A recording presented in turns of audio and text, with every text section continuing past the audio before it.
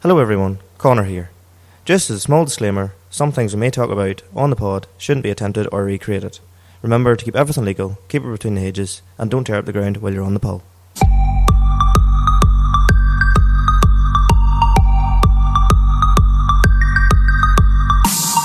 Will we get into today's podcast? We'll attempt to. I hope you cut all that crap out.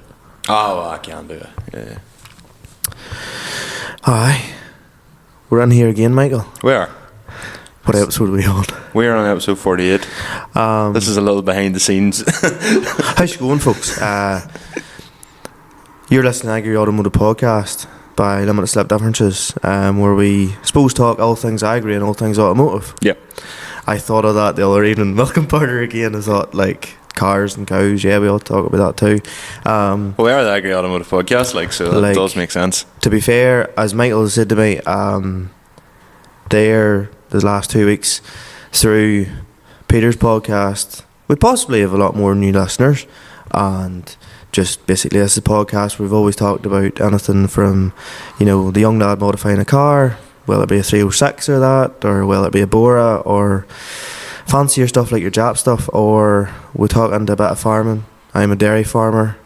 I come from a dairy farming background originally, but now keep a couple of beef cattle. Actually, I don't keep any at the moment because they're sold, but I will be buying more beef cattle in the spring. Yes, but so we're more or less, I would have said, like the traditional young fella where, yes, you're from farming or you could be from any background at all, but we're into spending money on four wheels and not seeing any money out of it. It's a very, very niche market for anywhere else in the world, but in this country, in the island of Ireland in general, both north and south, it makes sense. A lot of young farmers get into cars, and at the same token, a lot of young boys that are into cars also appreciate farming. Especially the likes of now big shows like Clarkson's Farm, and even like people like Andrew Wright and all on TikTok get a lot of people interested in farming that was maybe never in farming. Lorraine Killen's another perfect example of people that was maybe you weren't interested in farming, but it's always good to see. So what in under God was that noise? It just went off outside. And if you haven't guessed, yes, if you're watching YouTube, yes, we do record in a shed that was a workshop that we repurposed as a studio. Yeah, and it's absolutely Baltic. And also, I was also told by a listener to keep my hands out of my pockets. And I said I was going to play with a coilover spring in this podcast, but a coilover spring. I had one. I was going to use it as a fidget spinner and just constantly. You just look like you're playing with a big, a big diddlo. So it was. I was like, yeah, but play with a pencil spring, but. Well, or sure. A pen spring, sorry. No, like I said, I was going to just have one of the struts lying about and just mess about with the adjuster, but you know what you could actually, the slinkies. That would be great, but you would just get no actual conversation out of me because I would just be sitting going. I would have thought more because you'd been like this. So anyway, for anyone that listens to the podcast or is a new listener, we typically do the format in a way that we have a what's new section, then we have main topic, and then we finish off with a sort of big old skip one wheel peel section. We call it what's good and what's bad.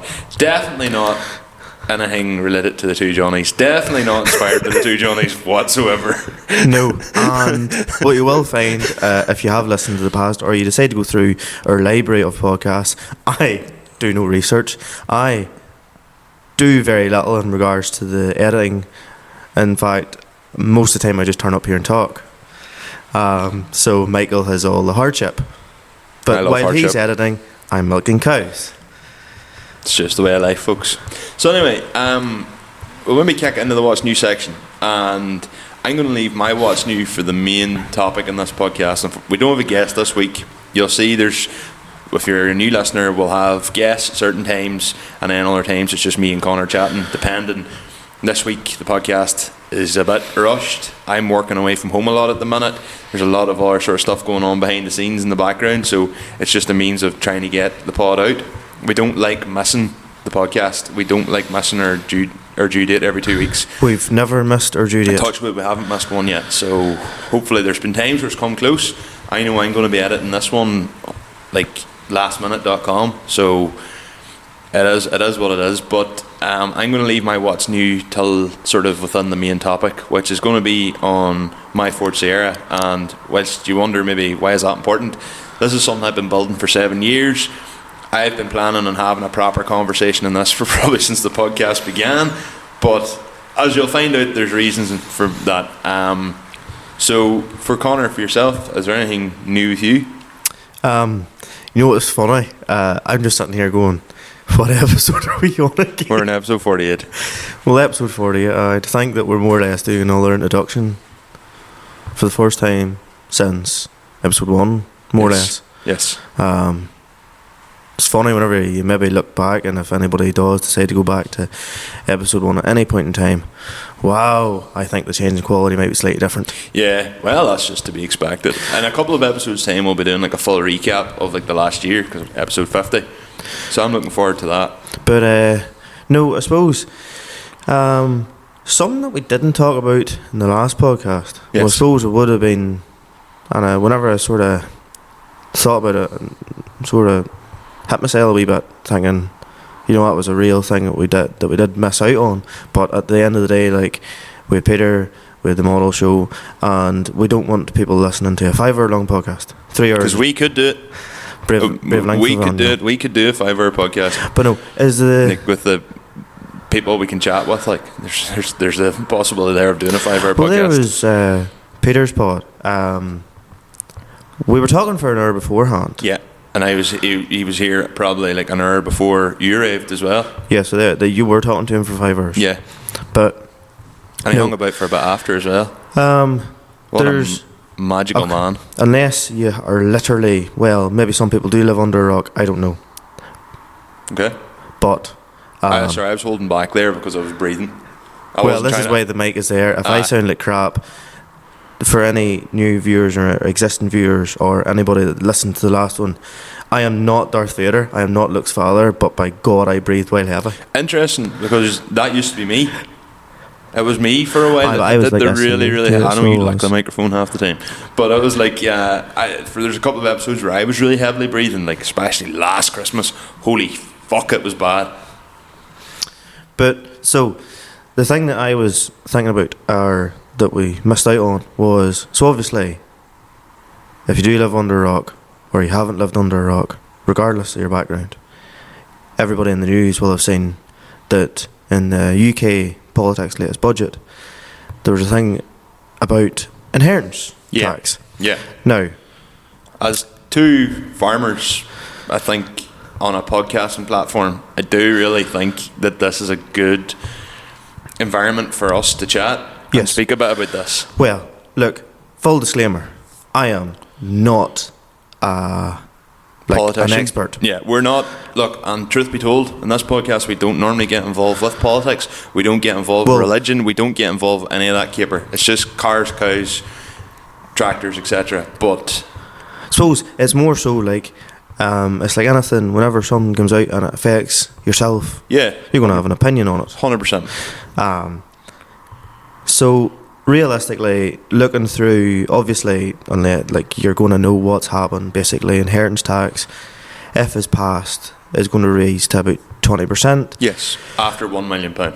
So more or less, it is quite cold in here, to be fair, even though you're in a t-shirt and I'm in a hoodie. Oh, I'm freezing. I am so That's cold. why I'm half shivering. But so I'm actually shivering a bit because I'm quite annoyed at this topic. This topic does actually provoke quite a lot of anger in me, so a bit of my shaking is actually genuine rage. Well, I suppose, and it's what way to say it, because I'm not an expert on it, just be told, but we are going to be affected by it. I don't watch the news, and it's only through, I suppose, social media, which is obviously a mega platform for farming influencers or people that have a voice for farming, like Lorraine, like Andrew, like Ollie Blogs, John McLean, us now as well, Gareth Galt, the whole works, right? Well, yes, we still have a social media platform. We mightn't just have as big a following, but we still do have a social media platform, and it is our right to do something. So not our right, our job, not our job. It's worthwhile us talking about it because it literally affects us. So basically, if anybody's watched any of the videos, it's going to be like, you know, the main one, Ollie Blogs, like, I can't afford to die, oh, that's crack of the day. Or you have Andrew Wright and his video on it. And most of the time, in the comments, it's either, you know, the public saying we stand behind the farmers, and the other side of it is, oh, about time they paid their inheritance tax, like a business owner, blah blah blah blah. If I go to leave something to whatever, that's the case. It's more so like, as Andrew Wright said, yes, it is a generational asset. So, like, realistically, if you take a normal farm, like, yes, I'm a dairy farmer, and they always talk about liquid gold, there's a check coming in every month, they're fit to spend money, blah, blah, blah, blah. At the end of the day, like, in North of Ireland, Northern Ireland, top of the island, there's only so much land. It's a finite resource. So, like, again, as Andrew Wright was saying, you know, they're not making any more land. No. And the generation before myself obviously inherited or grew a business to a certain state. And whether that be 100 cows, 50 cows, or 1,000 cows, you know, they've grew it to a certain state, and then obviously it's like anything, like farming is an industry where, think in the day, right there at the minute, milk price and feed price is reasonable. There's a pound to be made at the minute. Right, but 2 years ago in 2022, milk price and feed price, like, if I can mind correctly, milk price was really good. yeah, And again, you're fit to make a pound. Summer 2023, it's shit the bed. the arse fell out of milk you prices. went basically from, I think it was 2022 anyway. So anyway, one of the winters, it was like 50p a litre was base price Yeah. for milk. And then when it came to the summertime, it was 25p a litre. What business scenario do you, in 6 months, there's no planning for that. So the whole background I'm saying to this is, you know, a lot of the public will say that farmers have big flashy machinery, and some of them, like, you know, contractors have big flashy machinery. Oh, there's loads of money in that industry. You have the single farm payments and all that. But realistically, like, the single farm payment was only brought in there to make food cheap. Yes, For food security. and that's what I was going to get on, because I have a few pointers that I'd like to make on that. The first thing that I get is the single farm payment. They go, sure, you get a grant from the government. And it's like, yes. If you didn't get a grant from the government and everything had to be sold at the actual cost of what it takes to make, we couldn't eat. It would be too expensive. Like, everything is so dear. The next thing I hear is farmers floating about in their big fancy pickups. Okay, so here's, by law, if you're towing a cattle trailer that's, say, got 3 ton in it, you're not legally allowed to do that. In a Citroen C1, a Volkswagen Passat, an Audi A4, whatever, you're not legally allowed to do that, okay? So that negates the argument of, firstly, oh, they have these big fancy pickups. Second of all, farmers do a shit ton of miles in a year, okay? So anybody you see driving about in the old pickups, like, if you really were that unwealthy, or you really weren't that wealthy, you know, you'd be driving about in like an old, like, 2012 Hilux or something. It's like, yeah, well, what do you do when the mileage exceeds, like, the amount where you're spending stupid amount of money on your vehicle for maintenance? What do? You sell it. What's the difference between selling that, like, and buying a pickup, and selling your Volkswagen Passat and buying a new Passat? The only difference is you have to have something that legally can tow cattle. So see this whole thing of farmers driving about in their big fancy pickups, literally knock that nail on the head, because legally you have to be right in the eyes of the law. If you've seen another farmer driving about with a Volkswagen Passat pulling a cattle trailer, the first thing you turn around and say is, look at him cheating the system, bending the system, look at him, he's illegally doing this. You cannot win. So that whole argument of big flashy vehicles, get that out of your head. The second reason is efficiency and time. There's a lot less farmers now. Like, back 40 years ago, 60 years ago, when farming was more sustainable, every man might have had 6-7 acres, and everything was for yourself, right? Times were a lot poorer back then. Now, in the digital age, everyone wants something now. So whenever you see these big fancy contractors with their big fancy tractors, first of all, if they were using a tractor that would be from, I don't know, 30 years ago, it wouldn't be good enough to keep up the efficiencies. Like, we have a lot worse weather now than we ever did. You have such a short window to get things done. Well, in regards, like, so as you're saying, the big fancy machinery. So, say there's 10 farmers, and 10, no dairy, and so 10 dairy farmers, right? And there's a window of work for a week. Yes. If you were using older stuff, that yes was cheaper, and yes, all that crack of the day, right? So if a farmer decides, so if you say, why does the farmer not do it himself? You know, there's welfare concerns in regards to that there for being away to do all the work and all that crack of the day. You know, he's taking time away from his animals. Some people do that. There's no problem with that. Some people don't. In regards to the contractor and the big fancy machinery and the public perception on it, like, if a farmer gets the silage in at the right time, there's going to be more milk out of that, so it's efficiency. Yes. If he leaves it another week, he could be down 2 litres per animal per head. Yes. That's, at the end of the day, if you're a business and you're going to make less because out of basically a choice of harvesting the grass and the difference in a week, you're evidently going to want it done sooner rather than later. Yes. But even in regards to the pickups, like, or the big flashy Well, can I vehicles, stop you there just in the cattle first? Go. Just when you say that.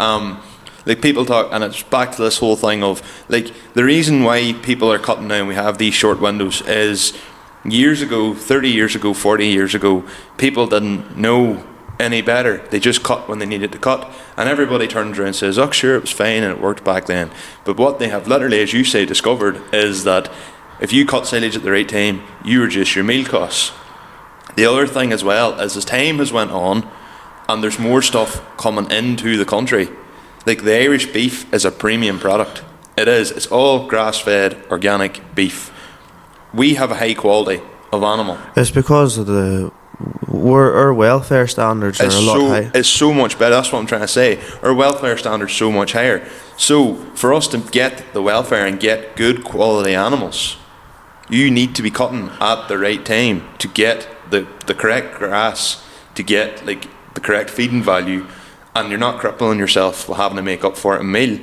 So that is why you need bigger machinery to go through 3,000 acres in 10 days, when it used to be one man cut 30 acres one day and 30 acres the next day. Like, it just doesn't work like that anymore because of the quality levels that we are now bound to achieve. Well, yeah, basically, and then in regards to, like, so the vehicles and pickups, because that's public perception, they see a farmer driving a 50 grand pickup. Well, there's no difference in a hairdresser driving about in a flashy Jeep. Correct. If that's what they've earned and they're entitled to earn, and that's what they want to drive. The thing that gets me is that if there's someone driving about in a 50 grand flashy Jeep, I do think, like, I do look and go, Jesus, like, fair play, you're doing well, but I wouldn't like to be doing the monthly payments. Well, no, we'll know exactly. But that's what the public sees and what they think. Like, yes, like, all their business is going to look at it and think, oh well, we have to pay, say, inheritance tax or whatever, and we're the farmers. At the minute, I don't know what the rates are. I don't know enough about it. But the farming is basically like, a man works all his life to accumulate something, and it's, yes, if he goes to sell it, he's rich, but they don't. Can I just put, before, because this is the next topic I want to move on to, can I just actually make one more point here with you, Conor, as well? So, say it's just you, yourself, on the farm, right? Right. Okay. Paddy, Jared, whatever. Just fictional scenario, it's just you. What time are you getting up at in the morning to milk to start bringing the cattle in? Well, 6:30. 6:30, okay. So you're in the parlour for, what, 7? Aye, roughly. You're in the yard all day. What time do the cows go out last, and by the time you've calves and all fed? It's summertime. Or, well, here, no, I'll give you a perfect scenario. So there was a stage where basically I was home full time for a week there earlier, for I have a full time job and all. And why do you have a full time job? Just out of curiosity, why do you have a full time job? Because if I didn't, more or less, I'd have to take a wage from the yard, and if I took a wage out of the yard, I don't know if we would be able to do, like, the parlour and all them things. So there's part one. You've already answered one of my questions. Here's the next question. Or, as I say, you were saying about a scenario. So keep talking your scenario. Well, for that week, with no help, just myself, running after all the animals. Now they were all more or less housed, so it was feeding and keeping everything right. You were starting at 5 and you finished at 9 o'clock at night. Right, so you are working 16 hours a day. Just Aye. bear with me, 16 hours a day, right?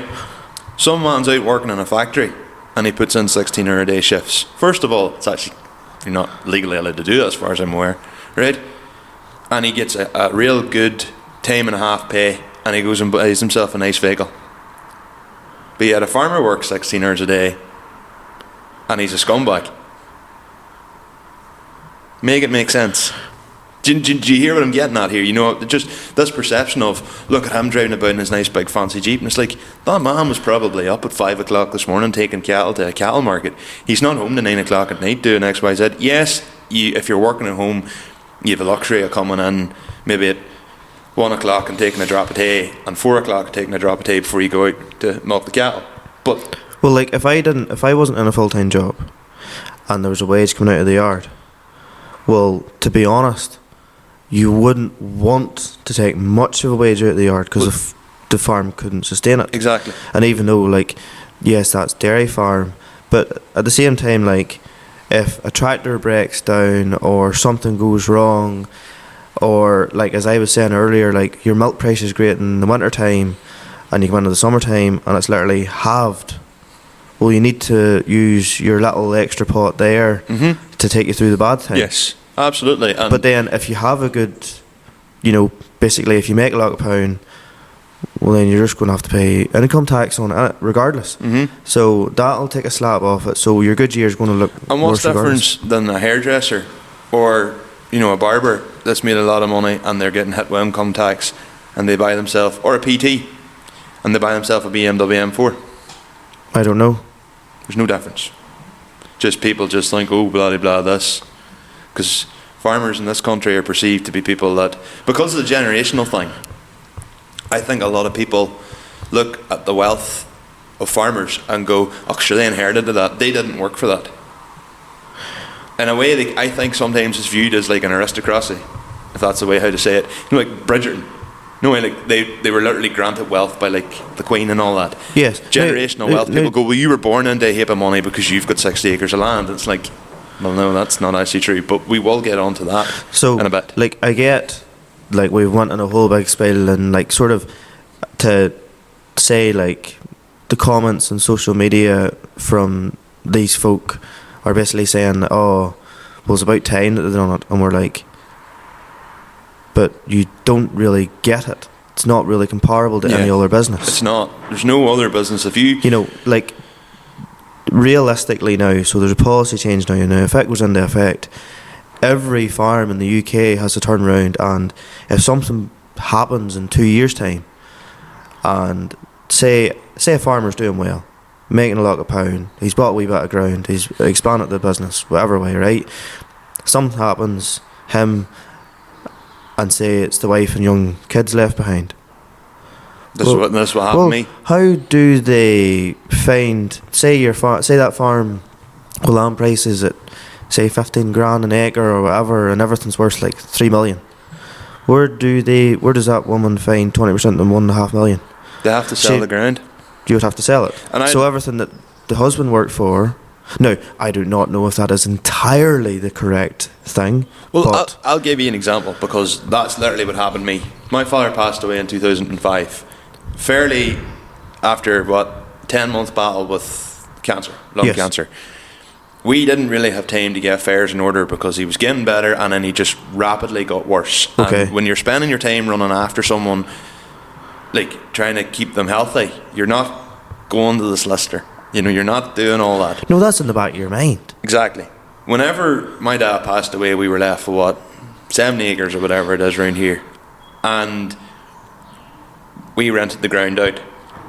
Okay? So if we had been hit, my ma, like typical farmer's wife, did part-time jobs and stuff, but for the majority of her life was always at home. Yeah. Like a lot of farmers' wives, because the farmer was literally doing 14-hour days. Yeah. Like dad would have been away up the yard at 7 o'clock in the morning, wouldn't have seen him again at 9 o'clock at night. That was just life. Like, who was going to look after the cat? And I'm not meaning to sound misogynistic or anything like that. That just literally was my mum's life. This is the past. And this is how it was for her. So that's what she did. She's happy with her life. So anyone that wants to come and judge it can take it up with Patricia, not me. So my dad passed away. We were left with this ground. The ground got rented out, and we were getting an income, a bit of income off the ground per acre, right? If they had been turned around and said, "Sorry, Patricia, you're inheriting X, Y, Z of money. We now need you to pay this." My ma, being left with, being in the position where she was only ever working part-time jobs, my ma would only have been in the position, she would have had to go, okay, whether I dip into your father's savings, and pay it off, in which case then my father's savings are lost, or she turns around and goes, well, I have X amount of money to pay, so I have to sell the ground, and then over time, she loses that income. Yeah. Right? Yeah. So, and I am thankful in a way that, well, I'm not thankful for obviously losing my father, but my father was a wise man. He was very methodical in what he did, and my dad had the sense to have savings behind. But what if we were in the position where we just put on a new Dairy Master milk imparter, like what you did? Yeah, okay. And the farm was left with debt, and we, say Dad in 2004 decided he was going to make a leap and put in the Dairy Master. Yes. Not knowing that he was, in a couple of months' time, he was going to inherit terminal lung cancer. You don't know. No, exactly. We were in right. a position where Dad had, put the parlour in a bit earlier, and we were kind of working with older equipment. We had a Fiat 190, we had a New Holland 7635, Dad was using a lot of equipment that he got in the 90s. Yeah. So we didn't have an overly expensive maintenance bill or, overly expensive income bill on the farm, shall we say. Yeah, of course. And only for that, we were saved. But, as I say, if we were sitting hit with that, Mum would have to turn around and go, okay, I've used your father's savings, or I've used what money your father's left behind to pay off this milk imparter, or to pay off the debts to the milk imparter. Bearing in mind now the milk imparter, our milk imparter, gets stripped. So you pay, maybe at the time it would have been 80,000 for a Dairy Master parter. They come and take it out. You're not getting your £80,000 back. No, you're not. You're getting whatever the second-hand value is. So you've lost your 50. There's, say you sell it for 35 grand.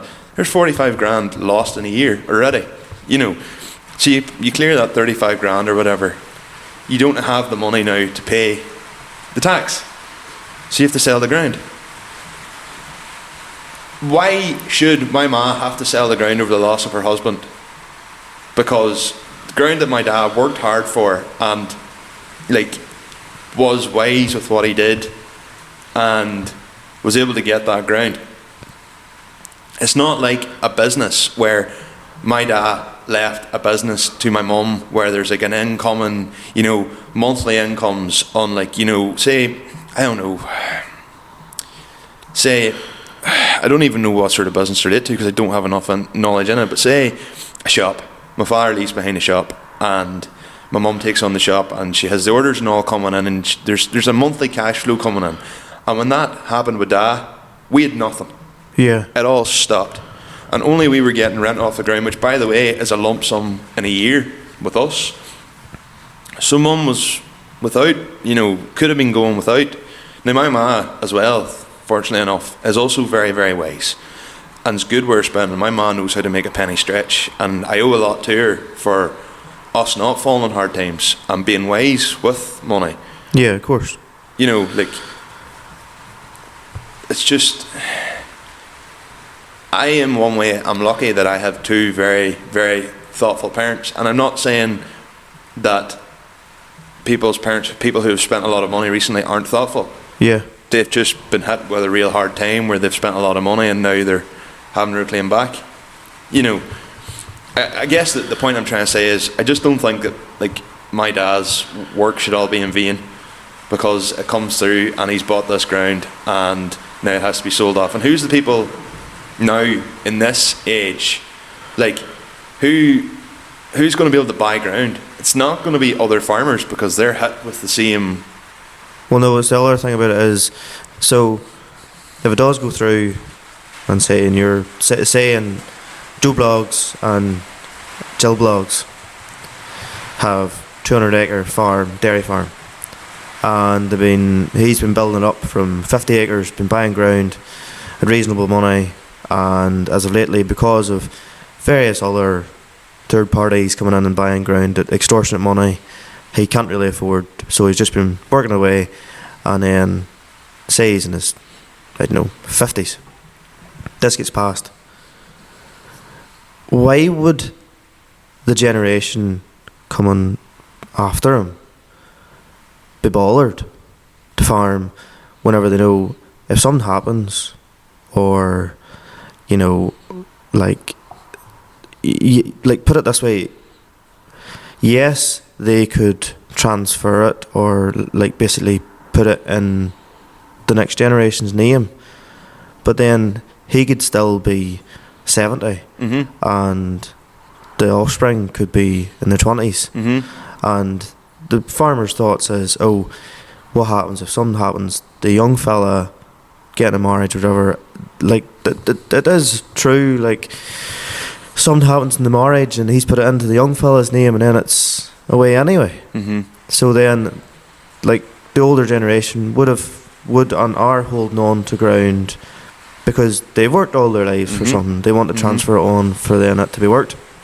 So say it's now Joe Blogg's now 70, and the son's coming along and he's been farming, and in a lot of cases, too many cases actually, the young person is working elsewhere during the day because Joe can't afford to pay the young fella. Yep. Now, because machinery has got that expensive. Well, if he wants to do anything with it because of all the emission stuff, realistically, the AdBlues and all the vehicles and that, and the cost of the machinery is so dear because all these companies are having to try and make everything and develop things, and they're just passing it on to the consumer. But say it comes to be then that this is passed and Joe's 70 and the young fella, which inherently he wants to come home and farm full time then, possibly at some stage. Well, if something happens, the elderly fella, and he isn't in this 7-year basically period, that as long as the fella's living for 7 years and he passes it on, then there's no bill. Well, if something happens to him, what would make him want to take that on and have to pay, say ground average price, say it's 15 grand an acre, because there's some places it's 20 and 30,000, there's some places it's 5 and 6. Well, that's what I was going to say actually, and this is kind of where it all feeds into it. So. But why would the young fella,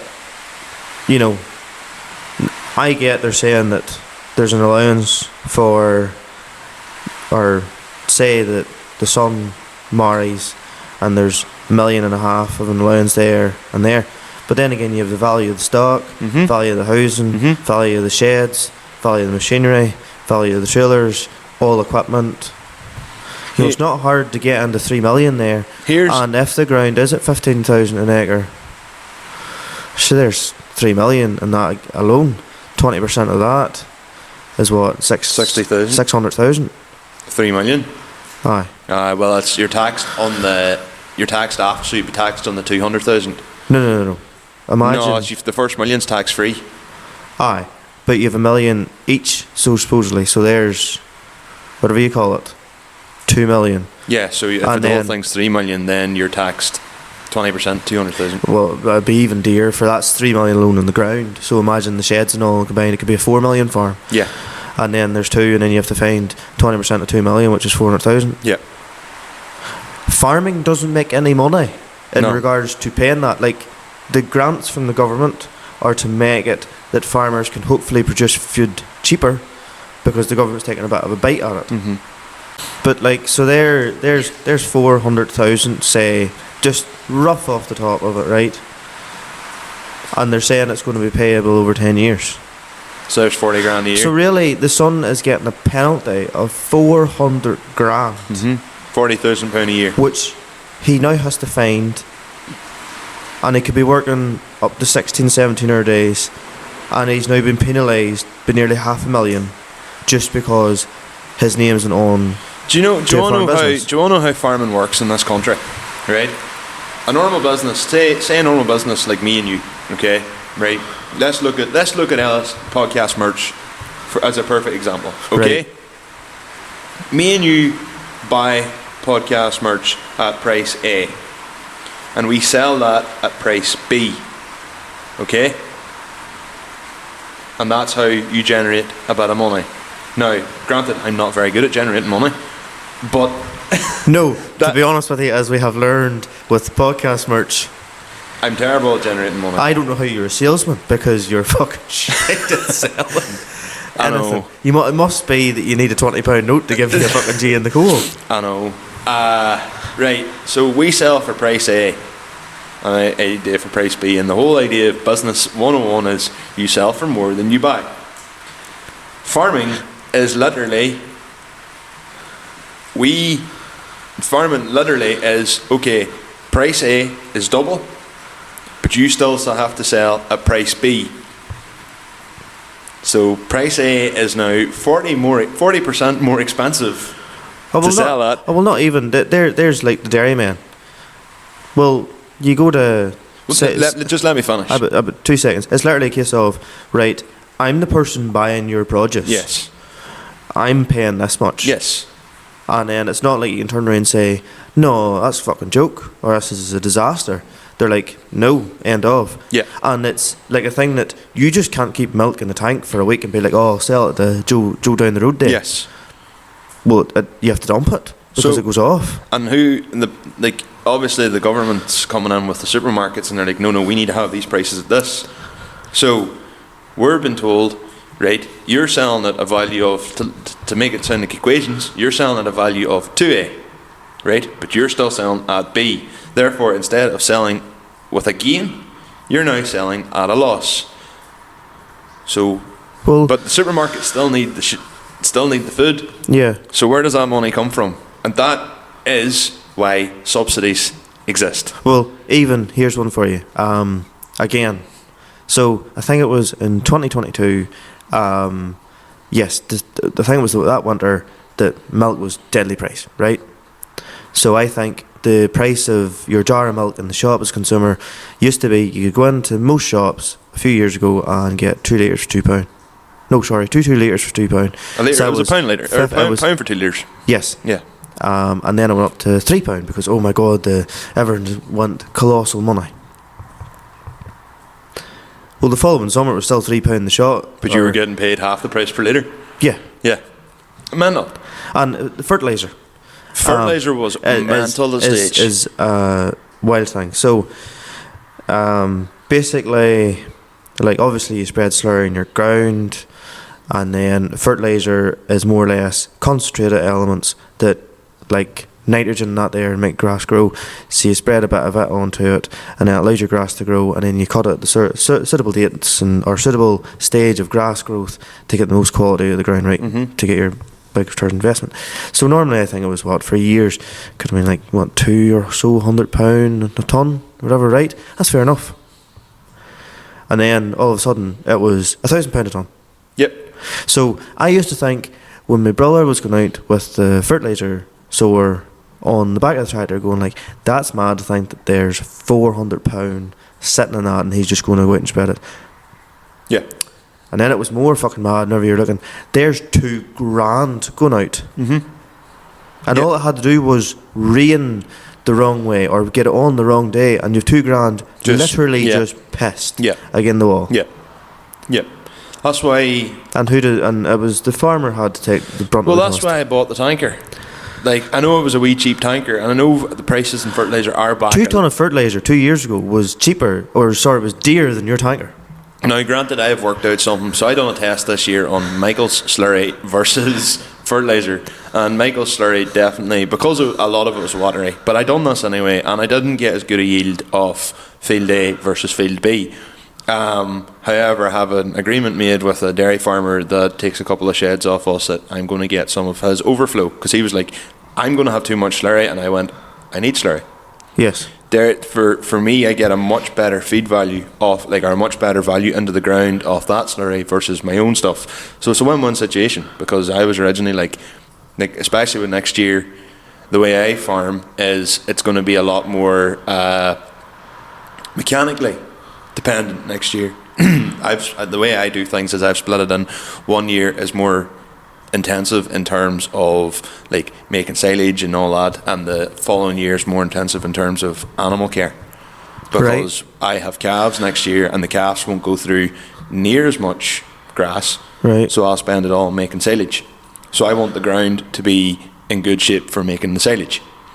So that's why I would like excuse me, better quality manure, because it's more or less free, versus me having to go and pay a shit ton of money, because especially you don't know what way fertilizer prices are going to go again. Well, no, well that's all right. But in case basically it sounds like we've went way off topic with the whole thing, the nature of it is, like, farming, if you were not brought up in it, you would not do it. Yeah. Now, it doesn't make sense. Here's the thing. Michael, you are in a full-time job. Yes. You can fuck off for a week's holidays if you want to. Within reason. Yes. Yes. I can't. No. I can't even go away for a day within reason. No. And we are recording this on a Sunday. Yes. And only because Sunday is a day where you typically try to do less, but I still had to milk cows this morning. Yep. You'll still be milking the cows tonight. Yes. Here's a perfect example. I'm getting on the boat tonight to go and work in England for a week. Yeah. You couldn't do that. No. Now, granted, I am going away for work and not a week's holidays. Yes. But I'm still away. Now, I'm not keeping any cattle at the minute, and that was part of my reason for doing that, was because I wanted to be more available for my work. But that's because I have beef cattle. Yes. And I was able to sell up. I had the plan for 4 months to go away for 3 days. For a hill? No. Oh. For a stag do I was on recently. Yes. So when I say I had a plan for 4 months, I had to continually be like, plant aside, right, I need relief off for this year, I need to get my brother organised that he's alright for doing it. Yep. Need to keep him informed and remind him every so often to say, look, don't forget about this, I kind of need to write. Mm-hmm. Like, I've now found out that my full-time job, so there's a Christmas night out for it. Yeah. Because it clashes with something else for my relief help, I'll have to now milk the cows stupidly early to be able to go in it, enjoy myself there, but I'll still have to get up the next morning. Yeah, my 30th, I went to bed at 3 and still had to rise the following morning to milk the cows. Yes. Now, like, who in their right mind, unless they were brought up in it and they had a genuine love for it, would be at it? Why would you work in an industry where you're dependent on other people to give you money because you can't produce enough yourself? And, like, for instance, if something was to happen and I ended up taking over Farm at Home, if that's whatever way it goes to be, and I've like a couple of $100,000 to find, just because my name went on ground and went on a farm business. Well, here's another interesting point, and it kind of comes back to this whole money thing, right? Say I don't know what way land's going to work after. Well, there's like heard a few different scenarios, right? So say this goes through. Say now in 10 years time, or not even say, there's the likes of land and all has been passed down, and say obviously there's families that will be caught out and businesses will be caught out by it, and this land comes up and say in the market. Well, like, there's no more land in the market. That's fair enough. You'd probably think, but you know, there'd be more land in the market, maybe make it cheaper. Well, that's the other thing.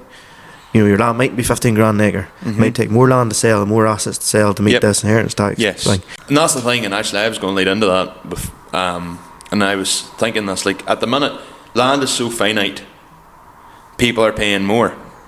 Yeah. So your land is valued at, and this is what I was saying about, say, I'll give that scenario after actually, but your land is valued at, say, at the minute, say £25,000 an acre.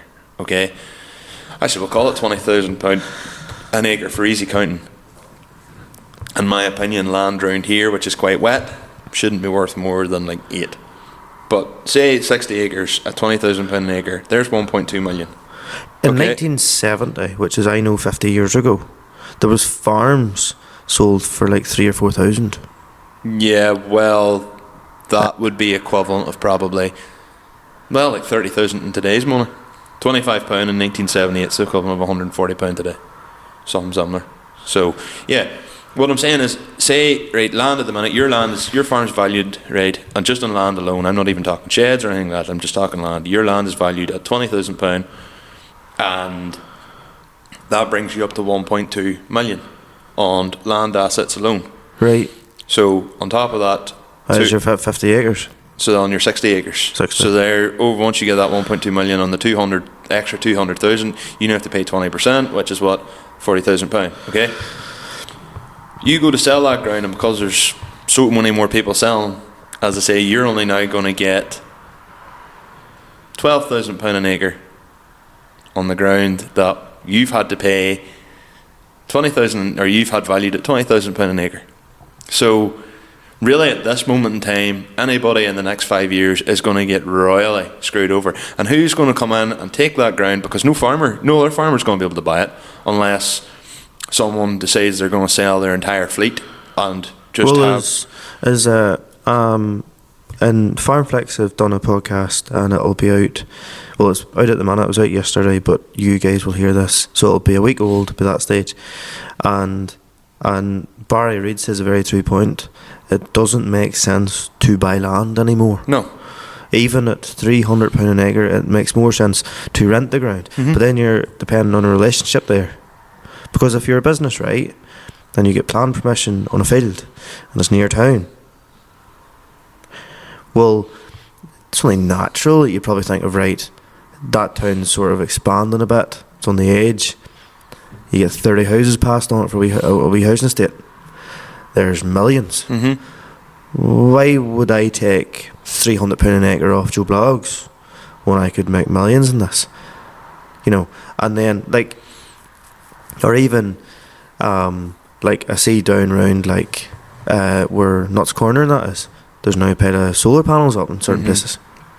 Like, it feels like they're kind of trying to do away with the farmer, because, like, realistically, if all goes through, farmer have less money to spend on the machinery and implements and all that carry on side of things. So there's another, the agricultural machinery industry will be funky looking. You know, if you're a salesman, you're going out and, Michael, I've F-130 there, just man come in and trade it in and should do your job, and, you know, or have a 90-90 there. Well, if you've just inherited land, you're not going to have money to pay for that. Absolutely not. You know, the other thing which I'm going to say is the amount of dairy farmers, even at the minute in 2024, that's going out of business or, like, selling off the things because of nobody else coming behind them. Like, again, in that FarmFlex podcast, they were saying about food security, and, like, in World War II, like, farmers thrived, and there was way more of them. But, like, they're going to be non-existent. Sometimes I wonder, is that what they want? Well, here's one for you as well. I went to a school, and in my upper sixth year, there was like 200 pupils. I was the only one went to an agricultural school. After it, for a postgrad, I was the only one out of 200. I don't think anyone in my year at school went to agricultural. You know, year below me there was a couple of ones, but in my year there was no one. But see, when COVID hit, and there was a pandemic, and yes, I get it that people were at home and they were furloughed and different things. I got some amount of messages. Do you know somebody, like a contractor, that I could go and draw salaries to earn a few pound or get out of the house? And you were sitting going, no, because I'd be liking to do that instead. Well, yes, but I mean, that's literally what I did over COVID, and had a great time doing it. Like realistically, it was at that time that I was thankful that, you know what, I had, you know, something to get up for in the morning, and you were fit to go out, and mental health was great during COVID. You know, used to be, yes, but for me, because I had something to do. Yeah, that's true. I know. And then a lot of like farms and all that carry on, like, all people were looking was a bit of work. Like, you know, imagine 10 years time inheritance tax goes through, and, you know, there's far less farmers now in the country, and a real bad storm hits, like the beast from the east, and there's snowdrifts everywhere on the road. It's the farmer, if not the road surface, that takes all that out of the road. You know, Glen Sheehan, imagine there's McLean's, you know, the way they would read the Glen Sheehan. You know, imagine they aren't there because You know, it's going down through a different business. There's so many other different things. Like, I get it. Like, you could say that there's other businesses and engineering and all these other different things, but they contingency, they plan ahead, way ahead for that. They have, like, okay, if you have an engineering business, but they don't provide something that people need to live. People need food to live. Yes. The thing is, like, engineering man A has a business and the price of steel goes up. He puts that on to his end customer. Aye, we can't put or anything. No, you have no control. We just have to just take the hit. Yeah. And we've always had to take the hit. The price of fertilizer goes up. Supermarket just goes, sucks to be you, buddy. You know, whereas you turn around and say like, even if you wanted to try and keep your costs lean, and you said, look, I have an engineering firm, price of steel's went up a bit here, I'm going to take a dip in my profits because I want to sell to XYZ at similar money, and I don't want them to run away from me because they give me a lot of business. So I'll take a dip on my own personal profit out of it. I'll take a dip in my margin. It'll all come good. And if they stand by me when prices get better, look, I'm going to have to eventually put up the price, but at least they'll still be with me. And that's how you'd be thinking in that market. You just simply can't do this. As I say, fertilizer goes up and you try to say to whoever, no, like, I need more money, they're just going to go, no. And what are you going to do? See all your grain or your potatoes or your milk or whatever just rot in the yard? No. Well, like, it's not possible. Like, it'll hit people obviously different in different ways. Like, if you've got grain and grain stores, it'll keep for a wee while. Potatoes and coal stores, they'll keep for a wee while. But like yourself, imagine next year you buy 10 animals. Every week you're over that optimum weight, you're losing money. mm-hmm. You know, and you're not going to get paid any more for having them an extra kilo over that optimum weight. Nope. You know, it all just depends on what way they grade in the factory. Mm-hmm. So, yeah, like, hopefully it doesn't go through. And to be fair, like, the only benefit of it is that maybe it'll stop firms still buying ground, or businessmen buying ground, so that they can give that down the line. Well, the thing is, Jeremy Kirkson's getting a lot of flack for that, because he's saying, he's been open and said that he bought the farmland originally to avoid tax. And everyone's going, it's funny, Jeremy, how you're sticking up for the farmers by doing exactly, you're saying, like, it's a tax loophole.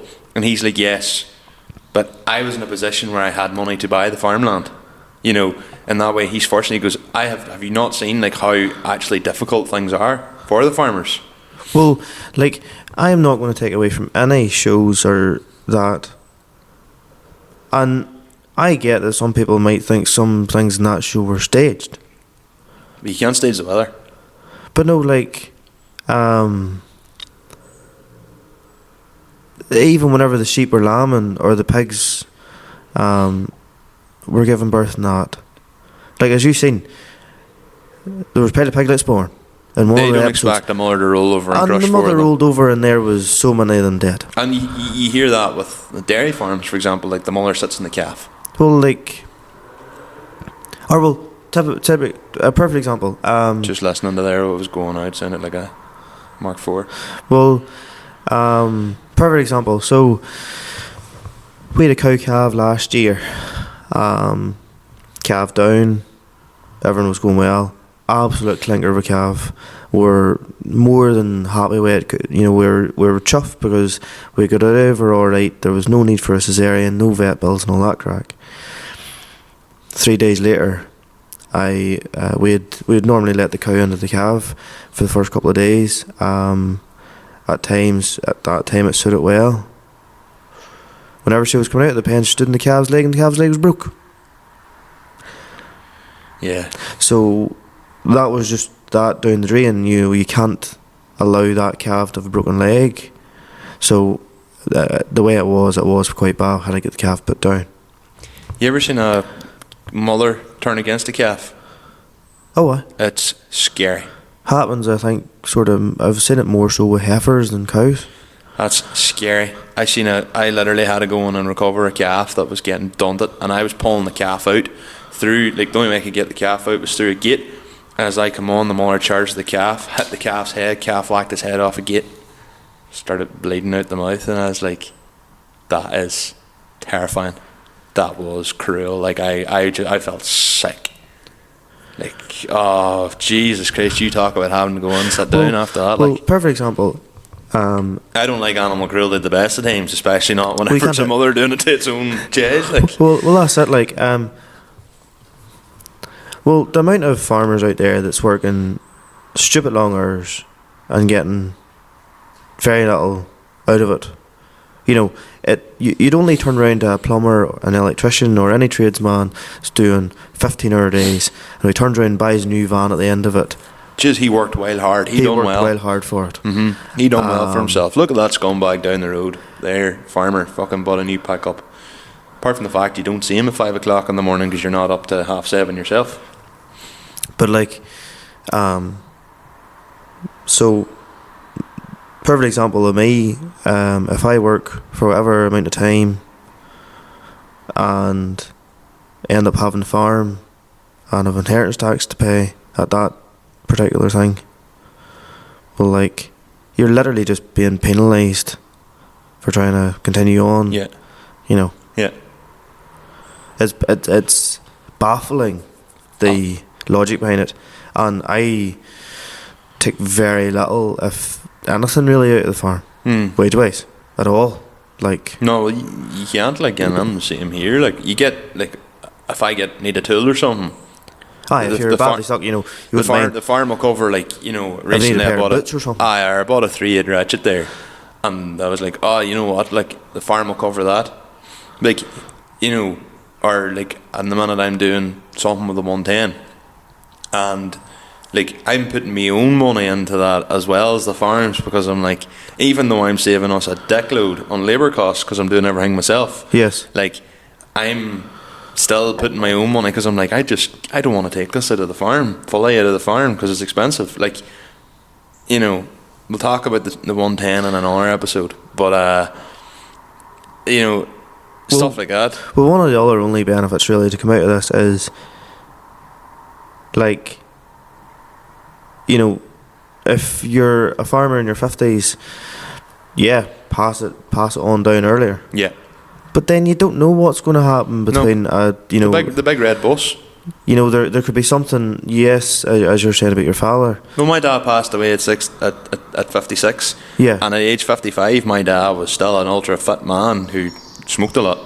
Yes. You know, but my dad was still, like, in 2002 to 2004, like, you know, the glory years of what I remember of my father were from 1999 to 2004, and in 2005 he was dead. You know, but we put on the parlour in 2000, you know, and the new Terex come along in 2002, and, you know, he had decided he wasn't going to do his own silage anymore, so we sold a lot of that equipment, and that sort of set him up to pay off contractor bills for the next couple of years, you know. So, you know, like, we were going up numbers, we were doing well, like, you know, in terms of that perspective. So you're saying pass it over early. But my dad could have decided at the age of, now I was too young maybe as well, but my dad could have decided in 2004, Jesus, I know I'm in my prime, but this isn't going to last to get forever. I know, but it's not even that. Like, you know, you don't know what's going to happen. Like, your son there could be a tricky situation there, and the farm could be half of it, because that's the other thing as well. Like, you know, there could be other issues there for coming to me and coming along the line to me, like, you know, the solicitor, because I was so young, you know, the solicitor and accountant and all were saying to my man, just like, you need to make sure he's ready, because, pardon me, like, grand, I was decent and genuine about the whole thing because I wanted the farm. Equally, I could have been in a position where I just went, oh, deadly, money, and got the farm handed to me and just went, see you later, and soil a whole lot. It's not what I ever want to do, or could fall victim to, I don't know, a problem, an addiction problem, you know, something like that. You know, you never know what way things are going to work. No. And or any other problems, as loads of farmers have went out, and maybe just a couple of bad decisions, innocently enough, bad decisions have screwed them over royally. Well, like, that now the whole point of this is anything we've said here now is not financial advice and nor advice in any way, shape or form. And it is it's our literally just our own opinion and a bit of a conversation about it. Yes. So everybody is entitled to think what they want. I'll tell you one other thing though. And this, I actually had this in for the end, and we'll do this before we move on because I'm really angry at this. But I've seen this during the week. I don't think. Look, as I say, I stay out of politics, but this was put up by the Conservatives. Now, I'd have told you the Conservatives was a pack of wankers, but then I would also tell you that about Labour, because I personally just think, I'm just not really, I always just feel like we're victimised by the government no matter what. But this person, the Conservatives put it up, and I actually reposted it on the LSD TikTok, which is something I would never do. But it was this Labour minister, I don't know whether he's still Labour, maybe he's ex-Labour, but he literally was like, we're prepared to do to the farmers what Thatcher done to the miners. And your man goes, are you literally saying that if the farmers come out on the street, you're willing to beat them up with the police? And he was saying, we'll just use what force is necessary. We don't need farmers. This is a government employee. But that's the thing, and the whole north of England is fucked from what happened during Thatcher's time. All the industry's gone. Well, it's we'll put it this way, right? The UK and stuff like that is talking about they want to go to net zero, right? So it makes complete and utter sense that it's so much better to bring produce from other countries who don't give a shit about their net zero, so you can offset your green credits and go, we're great. Meanwhile, you've got a big fucking ocean liner coming in delivering food raised on Chinese or Indian farms where they do not care about what they put into there. And they talk about factory farms here. A factory farm is, I actually don't like factory farms. Thousands of cattle. Literally thousands of cattle. Factory farms don't sit well with me, truthfully. So if you're a dairy farmer in NI at the minute, you have to comply with Red Tractor. Yes. You have to follow all the rules and regulations to follow all that. Even on the beef side of things, you have to do FQAS. I know it's not as intense as Red Tractor, but you still have to have... Basically same body and more... It is, it's just like a lesser version. So, realistically, used to be that dairy bull calves, obviously are not as desirable because they don't grow and all as well. Mm-hmm. Sex semen came along with heifers and with cattle. Excuse me. So, now, if you have a bull calf... People used to, because they were only worth like a $5, people used to put them down. Because or they take them to the market and throw them into someone's trailer. I hear stories of fellas telling me one day, he goes, you went down to the market with 2 bull calves and you went out to their trailer and there's 9 of them. The boys were trying to get them on the trailers and stuff like that there. That's where my dad made his money. My dad made his money off Friesians. He bought Friesian cattle when they were worth nothing. And when the whole milk thing came in and Friesians were better for milking, Dad had bought his entire stock for basically pennies. Alright. Well, the whole thing behind that point is the welfare standards and of the produce that you get from NI is far higher than really nearly anywhere in the world. Yeah, but it's okay as long as you process it here. You can stick a Made in Ireland label on it. And it's good. It's great stuff. It's bullshit. Just baffling. Bullshit. You wouldn't get away with it anywhere else, but look, what are they going to do with? So if they get their way and farming isn't really a thing anymore, what do they do with the land? Is it just handier to stick solar panels and all these other different bits and bobs onto it? I'd probably stick solar panels on it and plant a load of trees. What would happen if something like a war came to our own shores again? Jeez, I hope that never happens, right enough. Obviously, but you never know what the future holds. Every week's different. Are you going to import your food then? What happens if the opposition stops the boats coming in with the grain and stops the boats coming in with the different containers, different food? Well, you're going to have to grow your own, aren't you? Aye. The reality is farming will never stop completely. They'll do. Yeah, I would imagine a lot of it will go to power, and a lot of it will go to not vegetarian food, vegetables, which are very, very hard to grow in this country. So yeah, we're buggered here. Like a lot of it will go to a lot of our what's left will go to the big power generation companies. We have one on some size of a spill here, but well, look, we need to. I think. And we have a forum. We have a forum here to speak on. Like, it baffles me the different comments that people put out, but they don't seem to get it. But what I'll say to you, Conor, is ignorance is bliss.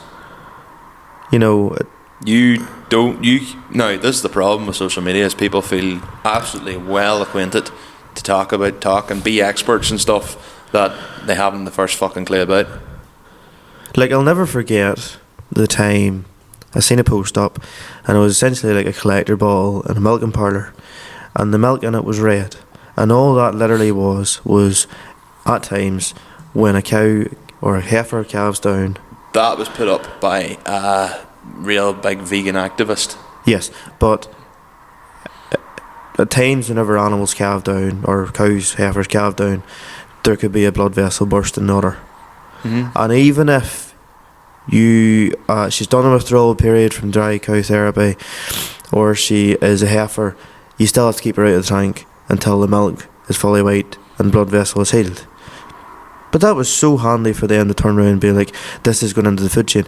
Now, what person in their right mind would even consider putting that into the food chain? And even at that, there is things in place that turn around, and if there now it's literally why pasteurisation exists. Well, yes, but no, in all seriousness, there is other things too. Like, you know, if for instance a farmer has made a mistake and some antibiotics have got into the milk from a cow, well, that lorry can't even go to the processors. Nope, that's an entire tank dumped. It's dumped, and the farmer takes the cost of that. Yep. Well, normally fresh caviar into tanks. Normally normally insurance takes the bite from that there, but still. Yeah, and but if you have too many insurance claims, insurance is just going to either A, rise, or B, walk away from you. Like, insurance is there for... Farming's the only industry that seems to get shafted in every corner they turn. It's because it's seen as a generational thing. That's why. No cost can be passed on, and you just have to take what you're given and just deal with it. And they wonder why people ever get angry. Or they say farmers' mental health, fuck them, they're sitting there in their nice fancy Nissan Navara, and it's like, well, you're sitting there saying that in your nice Audi A6. What's the difference? Only, as I've alluded to at the start, you have to, you legally, well, I know some people turn around and go, well, actually an Audi A6 has a plated rating of 2.5 tons.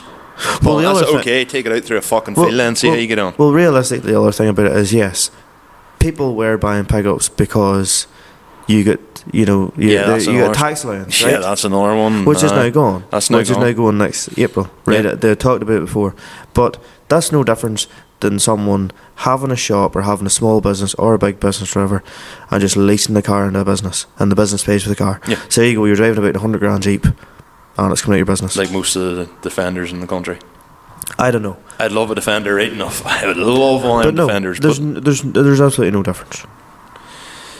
Yeah, look, if somebody works hard and earns something, there's no problem with it. Here's an interesting thing about land that I always think. Say, for example, me and my sister, whatever happens, I don't know what's going to happen, but whatever happens, right? My sister gets half the ground, and I get the other half the ground. Land. This is the whole thing about asset wealth. Land is only wealth when you sell it, right? Yeah. So say, right, my sister gets 30 acres and I get 30 acres, and my sister goes, well, I actually don't really want to farm, so I'm going to sell the land to you at a reduced rate. So say I have to pay 10,000 an acre. Right. There's £300,000. My sister walks away £300,000 richer, and I walk away now £300,000 in debt. I'm still only getting whatever the single farm payment is, which, as we know, is probably getting done away with. Yeah. And probably, yeah. with farming, you get your money in a lump sum, but I'm going to be paying that in monthly instalments. So I'm now paying a 300 grand mortgage on ground that isn't making me enough money to pay that 300 grand mortgage, because we're only a small farm here, and all you need is for a trade deal to go wrong for you, and beef to come in at a cheaper price. Yes. Or for milk to come in at a cheaper price, or for milk to reduce in cost, or lamb to be cheaper, dear. Yeah, it literally doesn't matter what way you look at it.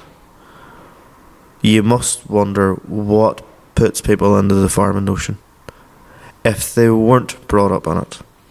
And to those people that actually aren't brought up in it and are still interested in it, kudos to you. Yeah. Because it is just torture. But then the people that are maybe working in it, are drawing cattle for, or drawing silage for a contractor. They're getting an early pay. They're getting paid per hour, right? Or people working on a farm milking, or relief milkers. They're also getting paid by the hour. Oh, no, don't get me wrong. There's people that aren't really affected by much, and there's always, you'll always hear stories of, the odd ones out, or the five in the car park that go in deaf, or the farmers that slurry got away into a river, different things like that. But it doesn't matter what. You get bad apples, but I think farming they tend to try and, because bad press goes further. I think, but they tend to try and capitalise, like bad farming press. I think they tend to try and really push, and I do think they generalise it all with one brush. Like for me personally, like something I'm really against is animal cruelty. And they just say, "Oh, you farmers, you're horrible to animals," and I'm literally like, no, I really I don't hit animals. Like that's and that's one thing you banned personally from your farm as well was no, well,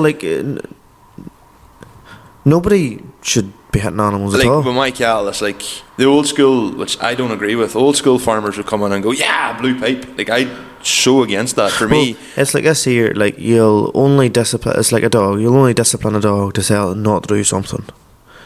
And if you're shifting cattle, between two different fields and you've the road, all you're using a blue pipe for is to make yourself bigger. Yes. And if that animal goes down the road, right, say it gets by and goes down the road, runs into your neighbour's garden, what ruins could your your garden. blue pipe there? No, what I mean is and runs into your neighbour's garden.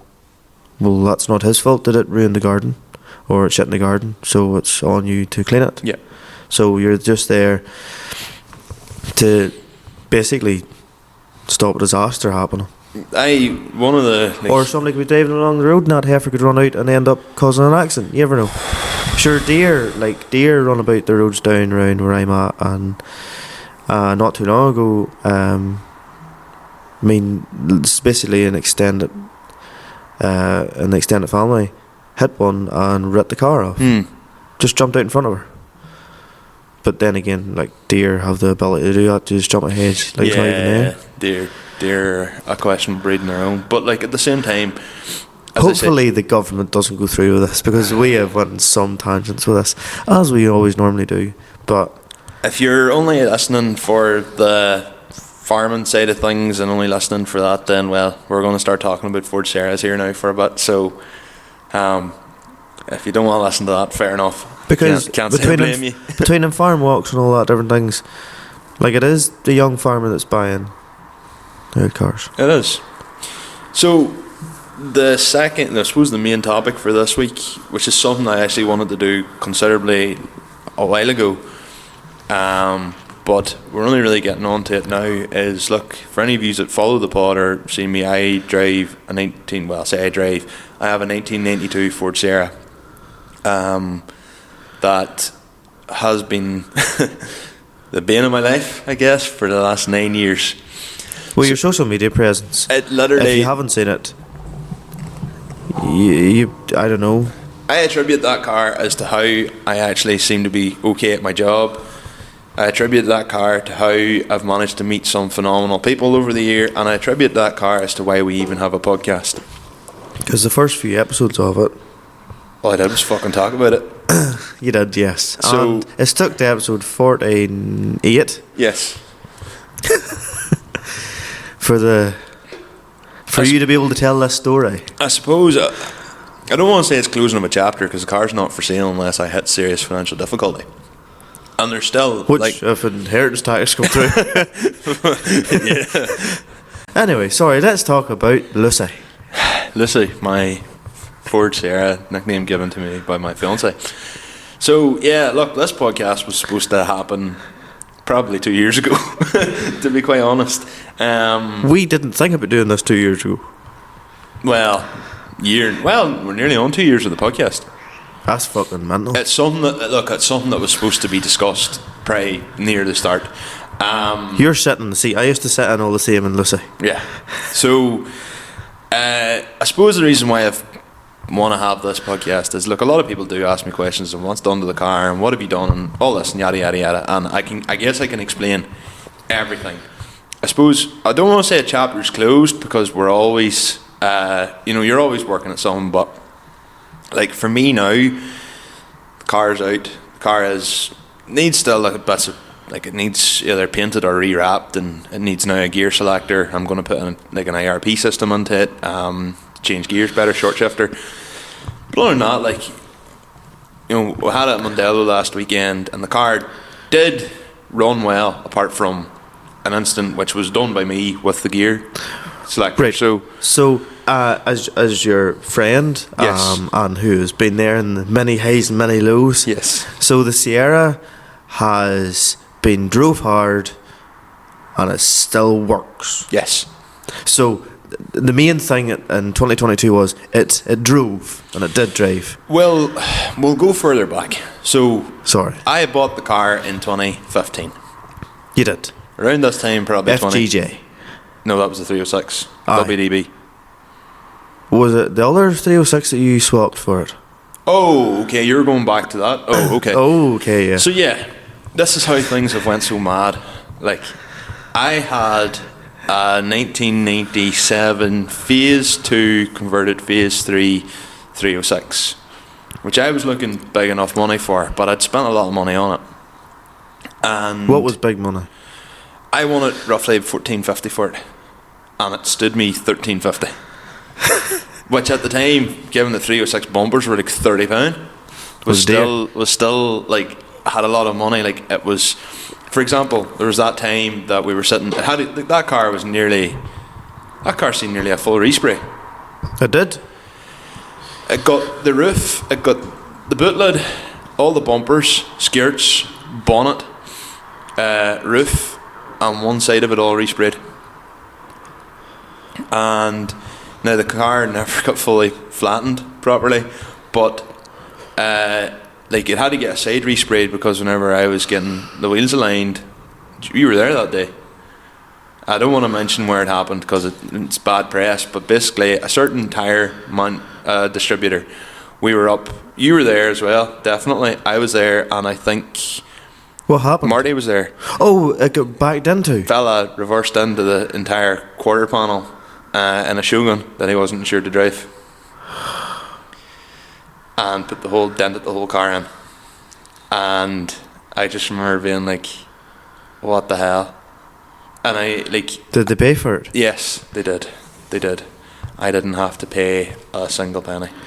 I went and submitted the invoice of the work to that supplier.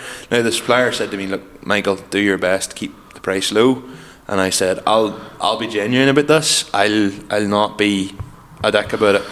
And I got a very, very reasonable price to get it resprayed. Same colour, so there was nothing mad like that. And they covered it. So I don't want to run their name down because they did stand over it. So anyway, I knew a fella with a Sierra. He actually was wanting a D-Turbo because he was putting away the Sierra for the winter, and he was storing the Sierra at mine. And then he said, I'd actually be quite interested in a D-Turbo. And I goes, Jink, we could work something for the Sierra. And he says, aye, what are you thinking? He wanted $23.50 for the Sierra. I was looking $14.50 for the D-Turbo. So I handed him £900. He took my 306, and I was left with a Sierra lying in my shed. You wouldn't do that today.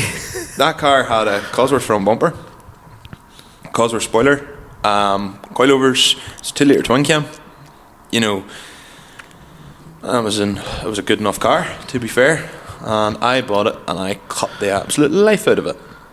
And then towards the middle of, but I couldn't ever really get away fully from the stance side of things. And in the middle of 2016 then I bought a set of OZ Futuras for it. And then as I was driving, the car started to have quite a lot of issues with heating. And it boiled on me more times than I could count. Or no, it never fully boiled because I always got it turned off before. Do you drive during the winter then? No.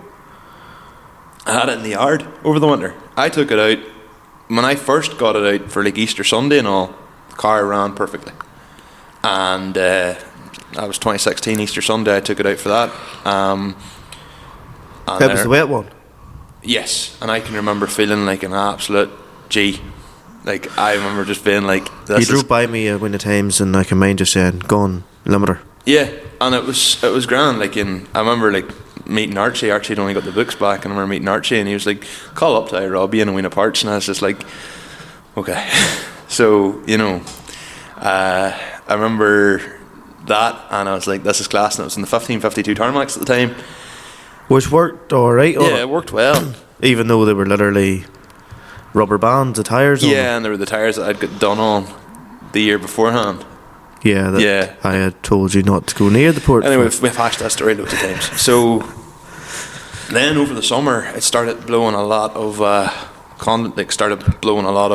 it was white smoke vapour out the exhaust. And that year then it was like, shit, this thing's a boiler. I was driving about everywhere carrying 4 litres of water with me. But it only seemed to start lifting the hand once you went over 45 mile an hour or into fifth gear. I drove to Armagh in her one time, and I didn't do over 45 mile an hour, and it just stayed normal. Right. I don't know why either. It was as if the load on fifth gear just made it worse. I even remember like I used to drive to Mahara quite a lot to get to work, and like if I drove to Mahara and stayed in first gear, she never heated. Changed to fifth. Temperature went up. I don't know why either, but anyway, that winter, me and Killian took the head off, and it turns out there was a crack, and they're not a crack, like a wee crevice worn away between cylinder 4 and one of the water ports. So, got that done. Engine was absolutely phenomenal, but didn't do the valve stem oil seals because I couldn't afford to do it at the time, and she was smoky. So then I was like, right, okay. The full idea was to do that car up like a typical 2 litre twin cam, and that was the plan. Like I had in 2017 I had the OZ Futuras on it, and I had them widened, and it sat real low and sat real nice, and had the Recaro seats and all on it. But my whole idea was I would like to maybe go ahead and stance this car. So I was looking into the idea of buying hydraulic suspension. I had actually hydraulic suspension bought, and I sold it, and then I bought that second kit off Sean O'Kane. So I was planning, I was like, but I would like to see it on Causey wheels again at some point. But then when I done the Futuras, I was like, nah, it's different. I'm going to stance it. And then at 2017 at the Donegal Rally, I reversed back, and it turns out that one side, which I thought was all metal, was all ceramic. And she blew the side clean out of herself. Really? Yeah. Do you remember? So then, I wasn't there, mate. No, you weren't. But what ended up then happening was I didn't have money to spray it at the time, so we wrapped it. Oh. And that's why it had the black wrap up the side, because I couldn't afford to spray it. Well, how much? How's the pawn came off? Significant. Like as in a chunk of the actual arch came off? Yes. The bad arch was the other side. Turns out it was a good arch, and the other arch was rusted. Oh. Aye. Was it like a chunk of the car just came out? Yes. Holy fuck, okay. Yeah, it was bad. It was like the whole arch just went split in half, like one side over the other. So, yeah, the problems with this car and the bad luck with this car began long before I done the Saab engine. Yes. Then I was like, don't know what to do. I like the stancy look, but really what I'll probably do is go back and leave it like a typical Sierra. And I was like, I'd love to buy an S14 or an S15 and do it up Jap spec. Yeah. and have the Sierra kind of just sitting there as like the felt spec on Cozzies. And then I drove Jack McGarry's S15. And I coming up the Marfelt bypass, third gear, still spinning the wheels, which is mental because I drove that harder and had never driven a car with any form of power before, harder than I probably drive my own car now. Because ignorance is bliss. Like, I remember coming out of Clady and like changed second gear and was going sideways before I realised. But held it. And now, because I could hold it now obviously, but it was like, now there'd be like fear, whereas back then it was like, just didn't know any better. And then I went, do you know what? Instead of having the Sierra and then having like an S14 and having it all stancy, why don't I just do that with the Sierra? It's already kind of a stancy car and I like being different. I always did like being different. Why don't I do that instead? So when I drove that S15, I was like, well, what if I put an SR20 in the Sierra? Oh, your brains would, if you had more brains, you would be more dangerous. So I was like, why don't I put an SR20 in the Sierra? Why don't I do that? So I'll have like this Why good not power. just still buy an S15 you thought was so good? Because I like the idea of doing something different and being like having this Sierra with a turbo power. Couldn't afford a Cosworth engine at all, and like the idea. But you could afford an SR20. Well, this was back in 2017 when JDM tax just hadn't went completely through the roof. Yes, but so an SR was cheaper than a BOA. Oh yeah, I worked out, and I wouldn't say a deal done, but I'd worked out with Jack McGarry that I was like, he was talking about before he done all the work to his car, he was talking about putting an RB in the S15. Okay. Before he bought the GTR that we all know him for now. And I had worked out that I thought if I had given him $2,000 for absolutely everything, gearbox, engine, like the turbo, standard turbo, intercooler, because he had an intercooler on it, and radiator and all, the guy actually thought that was a fair deal. Like, £2,000 wouldn't even get you a SR20 engine now. Oh, bound to. Well, a running SR20 engine. I don't know. Not sure on the price of it. Like, bearing in mind that was when you could still get like 1Js for like £1,000. You know. You should have 1J'd it. Well, I did think about RB in it. There was an RB up for sale on Irish Drift Community for £1,200, an RB25 NEO engine. A new one for a Savage. Well, What did so you're so basically you drive this baffles me. You have a Ford Sierra, you drive an S15. yes, You think S15's deadly. yes. In But your head, I liked having a Sierra. yeah. But still, you're thinking, I'd love to do what the Sylvia has to the Sierra. Mm-hmm.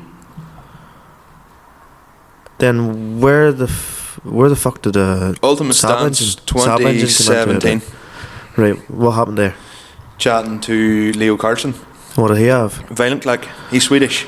Okay. And he said, would you never consider looking up a Saab?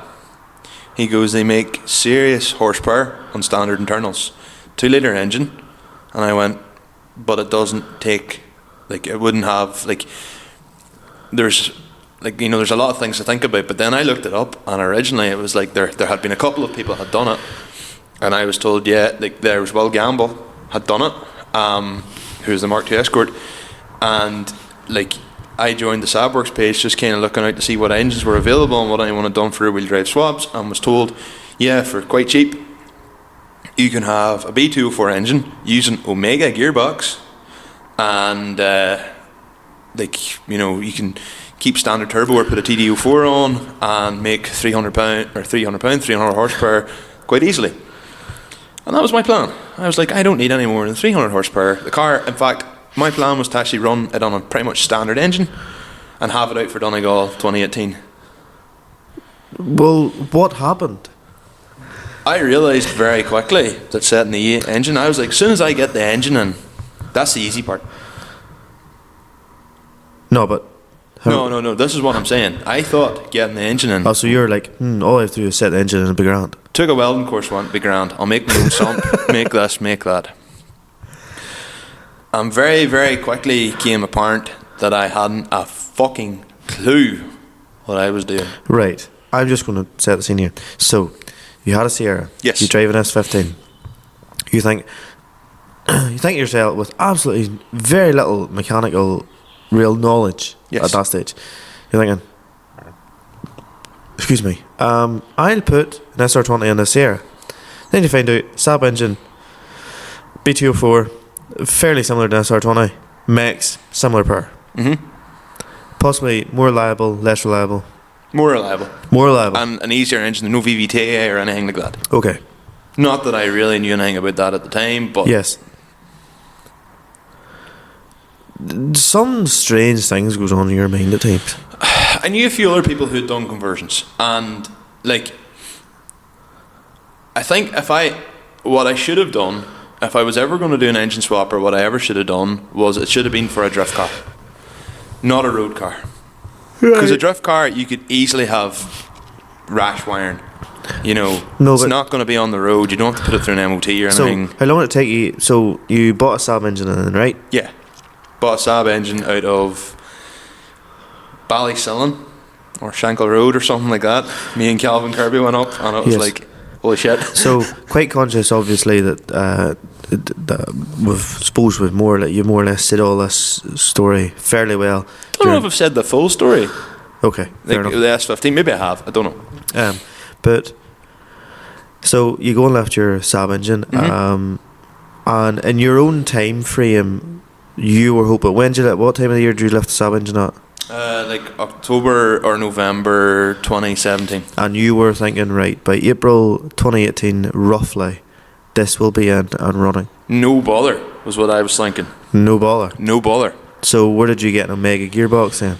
There's a fella outside Cookstown that actually drifts an Omega with an OM 606 power plant in it. Okay. But he breaks Omegas. Okay. Gareth McAleer. So I bought a gearbox off Gareth McAleer, got a 3.2 V6 gearbox because they're meant to be a bit stronger. Okay, so a gearbox and engine out of the Saab is costing you how much now at the minute? The engine cost me $450, the gearbox cost me at the time $120. So you're looking at £570 and you have your box and your engine. Yeah, and that was with the loom. How were you going to wire? So had you thought about wiring at this stage? See, I was going to use the Saab loom, the Saab ECU that already come on it. Right. Which was matte for stage 2, so it was like 240 horsepower.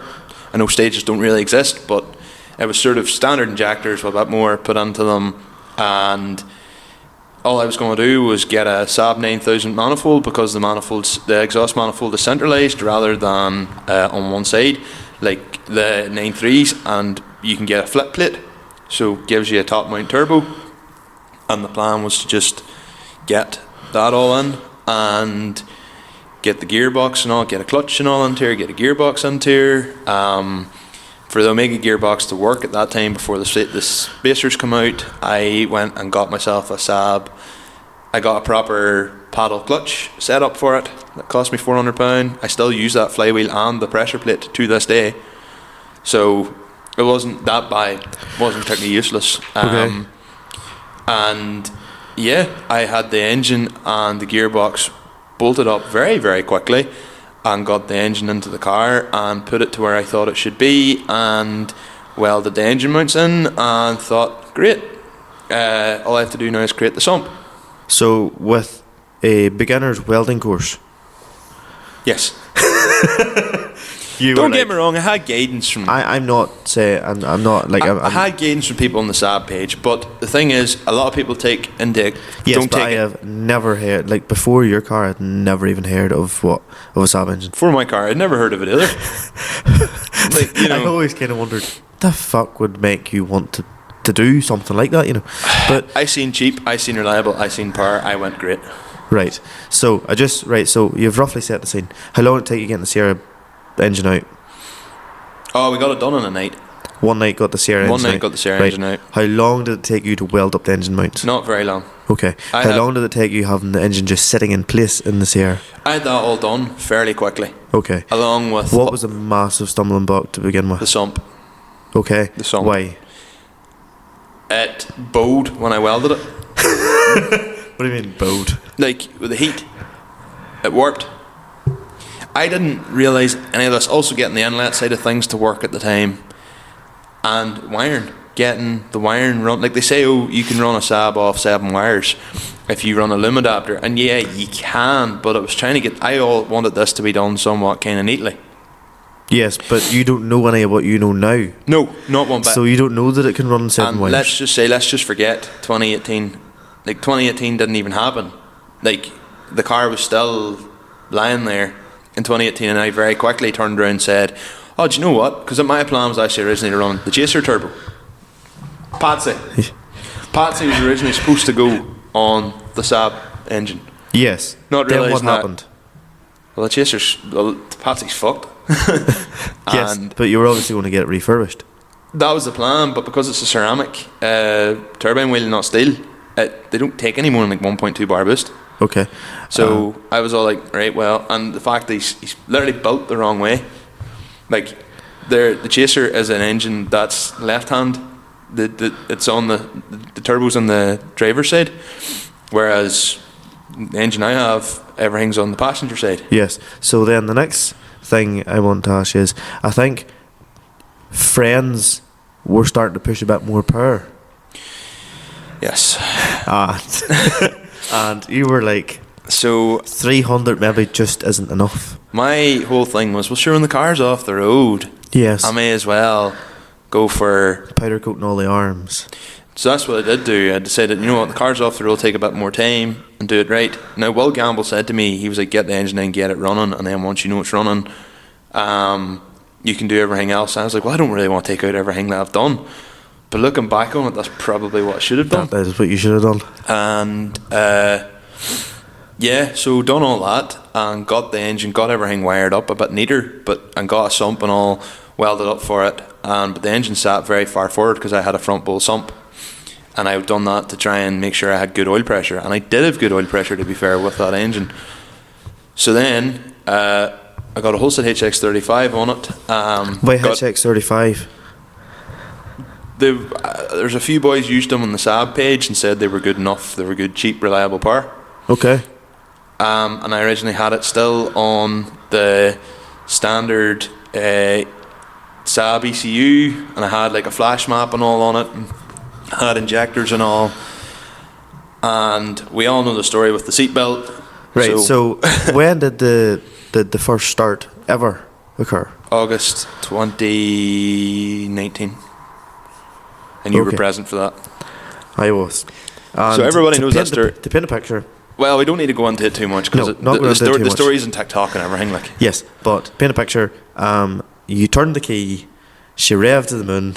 I ran away. You just tried to see what was going wrong, and it was just simple. But to be honest, right, there was a lot of issues. I know we joke about the ignition. I know we joke about the ignition live being wired in to a main, like a 12 volt permanent. But the biggest issue to actually take away from that day was the vacuum leak. So if we hadn't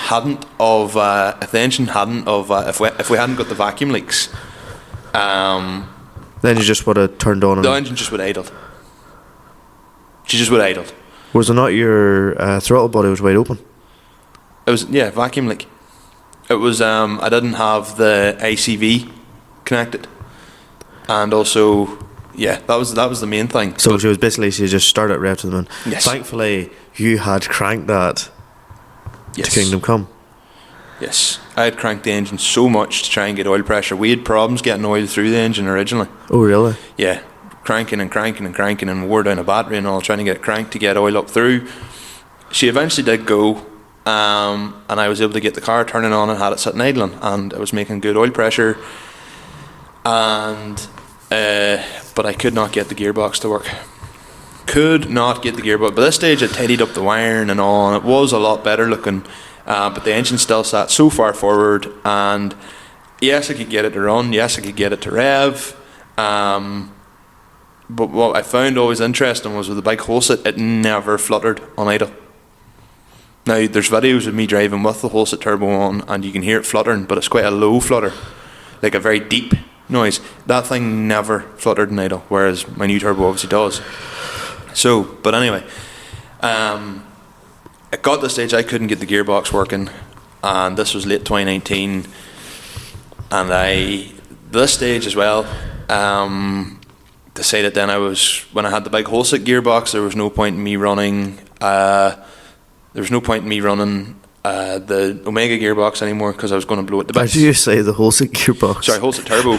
There's no point in me running the Omega gearbox anymore, because it was going to be blowing to bits. Yeah, so for just as a quick thing, from my perspective, watching it nearly seemed like other friends were going big power. Yes. And you're just like waiting me, yeah, you know. Pretty much. Creth was going all out with the Chaser. Jack had now just got Jack had just got the Skyline, the R32, and Nick Bassett came on the scene with his S2K. Yes, and you were like, I need power. Need power is correct. So then after 2019, 2020 happened, COVID came along, and I said, you know what, I'm going to try. I couldn't get the gearbox to work. I figured out why I couldn't get the gearbox on the Omega setup to work after I'd taken the whole Omega setup out. Why? I was limiting the throw. There was a wee stopper on the clutch pedal, and it wasn't just pushing enough. Okay. So that was the reason why I couldn't get it to work properly, because I made my own clutch pedal and all for it, and put the cylinder and all on the clutch pedal, and that's what I still have to this day. Still have that same clutch pedal. So because I was converting from a cable clutch to hydraulic clutch in both the BMW and the Omega box. So anyway, COVID came along, and I went, now's the time for me to try and do the BMW box. And did the BMW box, and same problem again.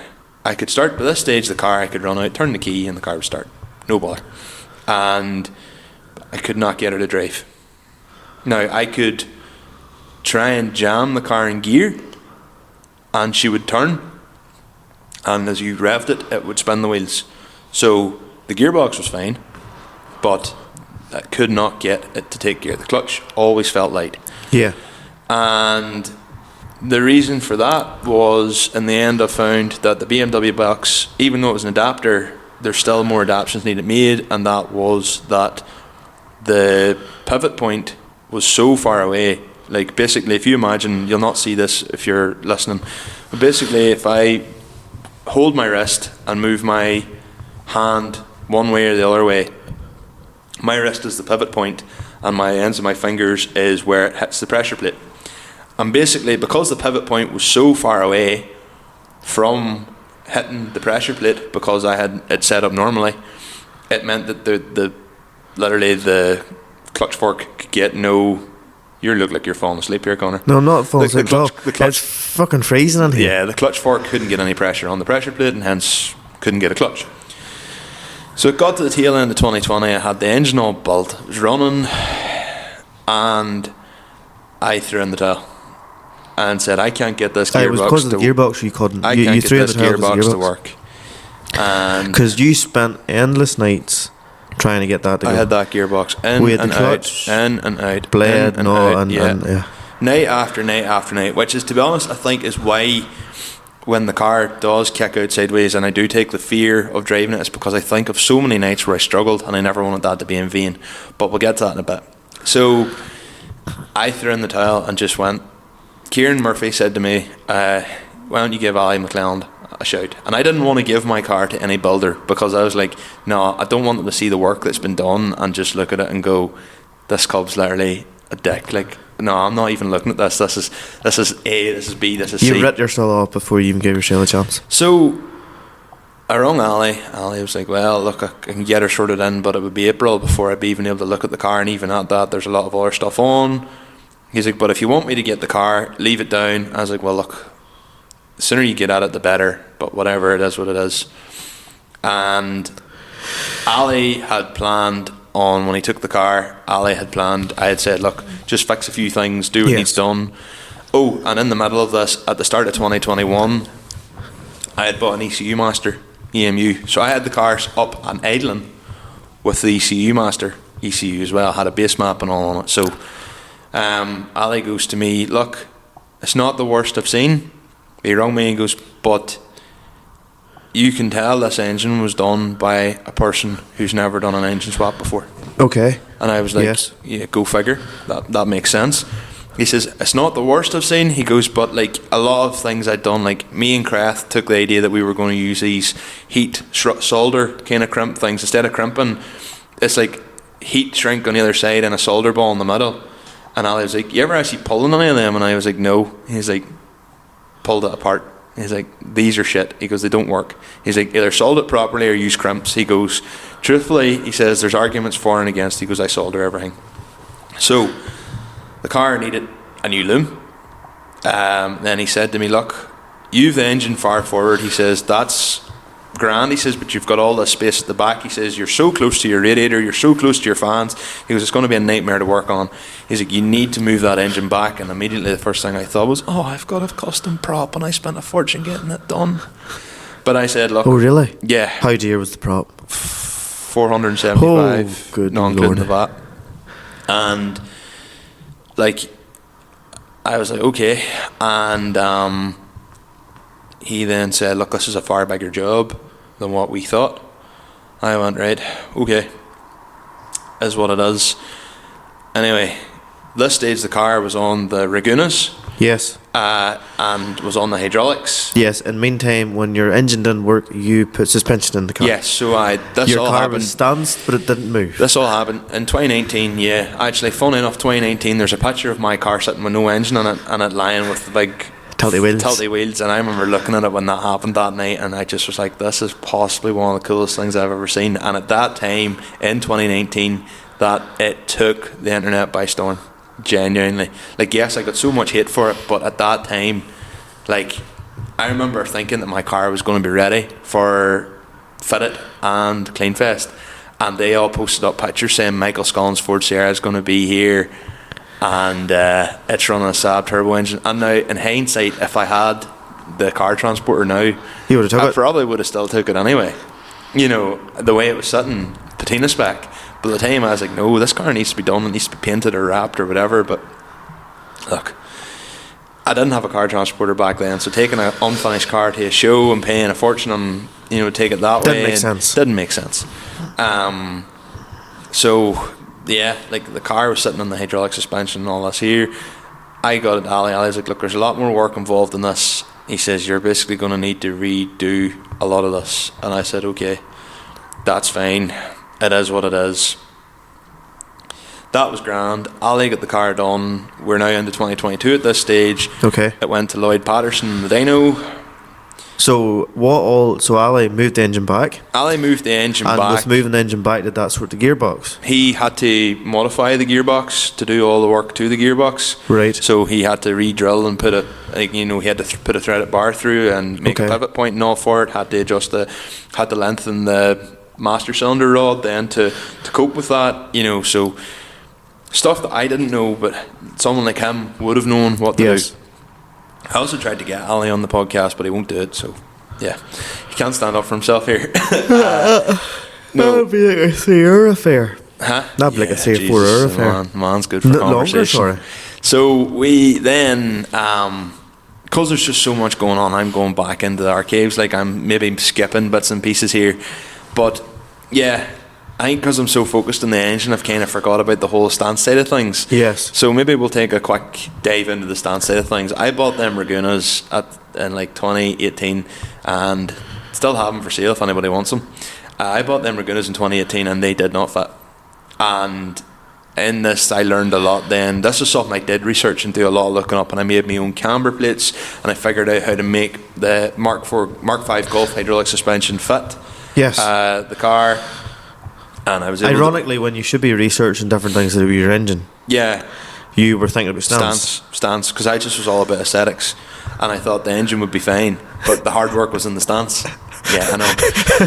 So anyway, so like, you know, went and rolled the arches, cut the arches, battered the arches, bent the arches to make them wheels fit, and did make them fit in the end. And like the stance that car had, like, you remember my fast forward feature, like. It looked so good. I drove the P100. Yes, as a foam car. Yes. With Chris hanging out the back of it. Yeah. Yes. I remember that too. But so we go back and. So Ali gets the he got the engine sorted He then got for you. the engine sorted. He did certain things like your intake manifold. He cut it and flicked it around, so it was just a bit neater. Flipped it. Basically, did a wire tidy, not a wire tuck, but a wire tidy. Well, big question. If you were to do it the day and you could tell yourself back in 2017, would you have said, look, give it to Ali and let him do the work? No. Okay, there's a noise down at the end of our shed there. No. You still doing it yourself? I would have got a second Sierra and done it and built a drift car. Okay. But I would have still done it all myself. Okay. How much money would you have saved or spent more if you had to have just got Ali to do it instead of your own input? I see Ali only done the fabrication. I bought all the parts. Yes. Me and Ali counted out that, including his labour, if you were to fabricate everything you fabricate, a Saab swap in a Sierra to, it doesn't really matter whether you're going 350, 450, 500 horsepower because you're not forging the internals or yes, anything. but still, roughly what would it cost? 11 grand. That's his work, that's ECU, that's buying a turbo, that's everything. Is that everything to put that into your car? Yes, that's everything to put that into the car. That is not touching the diff, the brakes, anything like that. Fair enough. One thing I must just, on the likes of the brakes and stuff, one thing I must say I did with my car as well is for the whole Japanese style of thing, I actually converted to Granada Cosworth hubs. Okay. So it allowed me to run 5-stud. Oh, right, yes. So that's how I can run Japanese wheels in my car. It's 5-stud hubs. That's why I can run the body clubs. It's 5-stud hubs from a Granada Cosworth, which bolt straight on. Now, if you were to go and take a working Granada Cosworth, it's a very, very great way to upgrade your car cheaply. Unfortunately, all the stuff I have has been lying for a lifetime, so I know I have like a full back end there and all I talk about doing for the drift car, but quite honestly, whenever I do that, I'm just going to buy new calipers and all because fuck that. Everything's fucking seized. Yes, Stupid. yes. But anyway, I digress. So you got to Lloyd then? We got to you got Lloyd, the mapping stage? Got to the mapping stage. Engine 1 went to the dyno and come off sounding like a 2-litre HDA. Is that bad? Yes. Turns out my engine was a non-turbo engine. Okay. But because every bolt, every hole, everything is identical, you would never know. The only giveaway is that non-turbo engines had a knock sensor, which my original engine had. Oh, really? Yes, but I didn't know this at the time. So you were sold it as a turbo engine? I bought it as a turbo engine from a running working car, and Lloyd had said, and Ali had said, like at 200 horsepower, 240 horsepower, you probably never would have noticed. That would have run no bother all day long. So it was like, why would someone go to the effort? We think what happened was the original engine went bang, and someone said, oh, I've got a non-turbo engine there, should throw everything together on it and it'll run fine. And it did. But the problem is the pistons. You know, non-turbo pistons, you have a far higher compression ratio. Yes. So when you force all that boost into an area with a higher compression ratio, the car, every time Lloyd done a run, the car made less and less horsepower. Started off, he done a run and it made like 310 horsepower, then he done another run that made like 290, then he done another run that made 275. And he originally thought maybe the clutch was slipping, but it wasn't the clutch slipping, and basically in the end up, I think he pulled it off the dyno and it was making 250, and I still have the video to this day where he sent me a video and he just said, is this a HDI, mate? And the engine was like, sounded like a diesel. Clattering. Oh really? It was that bad? Car still ran. We were able to load it up onto the lift, took it back to Ali. Ali went like, this isn't good here, Michael. And I went, I see that. And it turned out that she bowed the crank. Oh. Bent the crank. So the crank was scrap. So was the block okay? We are still, we used, basically what we did is, so I still have my Cavalier that had a Saab turbo block on it. We pulled the block out of the Saab. Yes. The head, because the head that was on my car had extra work done, had stuff and valve springs and stuff like that. the head from my original engine went onto the block of the second engine, but I actually had got another engine in this stage because like I don't want to take the engine out of my Cavalier. Yes. So I got another block that had turbo pistons and all on it, and it turns out the crank was bent in it too. Now I got it for free, so I can't complain. Okay, and yes. I have it, the engine's still lying there in a heap of spare parts, and maybe someday I'll build it all together. But so I had to tear the engine out of the Cavalier and use it. Otherwise, if that engine hadn't went buying the Cavalier, had been up and running a lifetime ago. But maybe it wouldn't be here. no, maybe not even. Well, I don't know, because the Lexus is still here. Like, so we done that, pulled it out, built another engine, put it on with the Holset, and it made. I asked only for pump fuel, 95 RON, and 1.6 bar boost. It made 416 horsepower. So wasn't horrendous, wasn't horrific. I told people 420 just, but made 416 horsepower roughly. So that was fine, and That was just before Donegal Rally. that was just before Donegal Rally. And Donegal Rally was the first proper tester of that car. Car came out with a welded diff, which drove like absolute ass. It did. And took it to Donegal, and the thing about driving that car is it was fine. It was laggy. Per. Boost kicked in and hit you like a slap across the face, but the car on the bike Holset turbo never really ran right. It got very hot when you did any form of diffing. That's even if you done any sort of messing, it got very hot. It never really drove right. It felt bad. The turbo just wasn't matched to the car. Okay, yes. And that was okay. So we were driving along, then I was going to go to Notts Corner. And on the way to Notts Corner, the drive shaft snapped. So I was like, fucking hell, right, okay, well that's that then. So got the car up in the lift and noticed that the diff bolts were all loose. And Ali had said the diff bolts came loose in him too. And it's because it was welded, it just shook the car to bits. Like my car to drive was like, you had to nearly like rev match it. You had to actually blip the throttle going down the gears.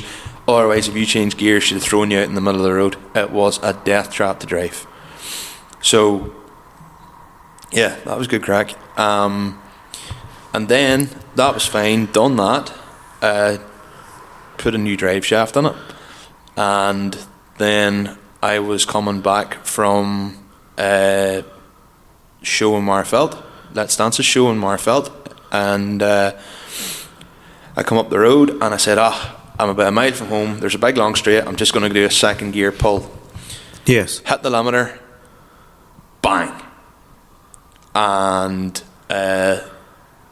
heard all these rattles. Car just come to a complete stop. Got the car pulled in. It turns out that the clutch, she just blew clean out the centre. That's right, yes.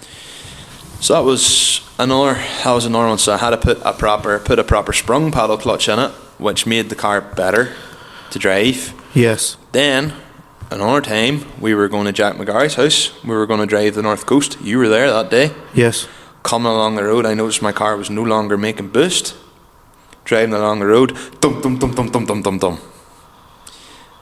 The exhaust manifold snapped at the screamer pipe. My wastegate then fell off and bowling balled down the road. And you remember that because you were there for that. I was, because... Bent and bowed the wastegate, but I didn't know that until this year. Oh, Completely. You thought it actually was okay at the time? We thought it was okay, but it bananaed itself.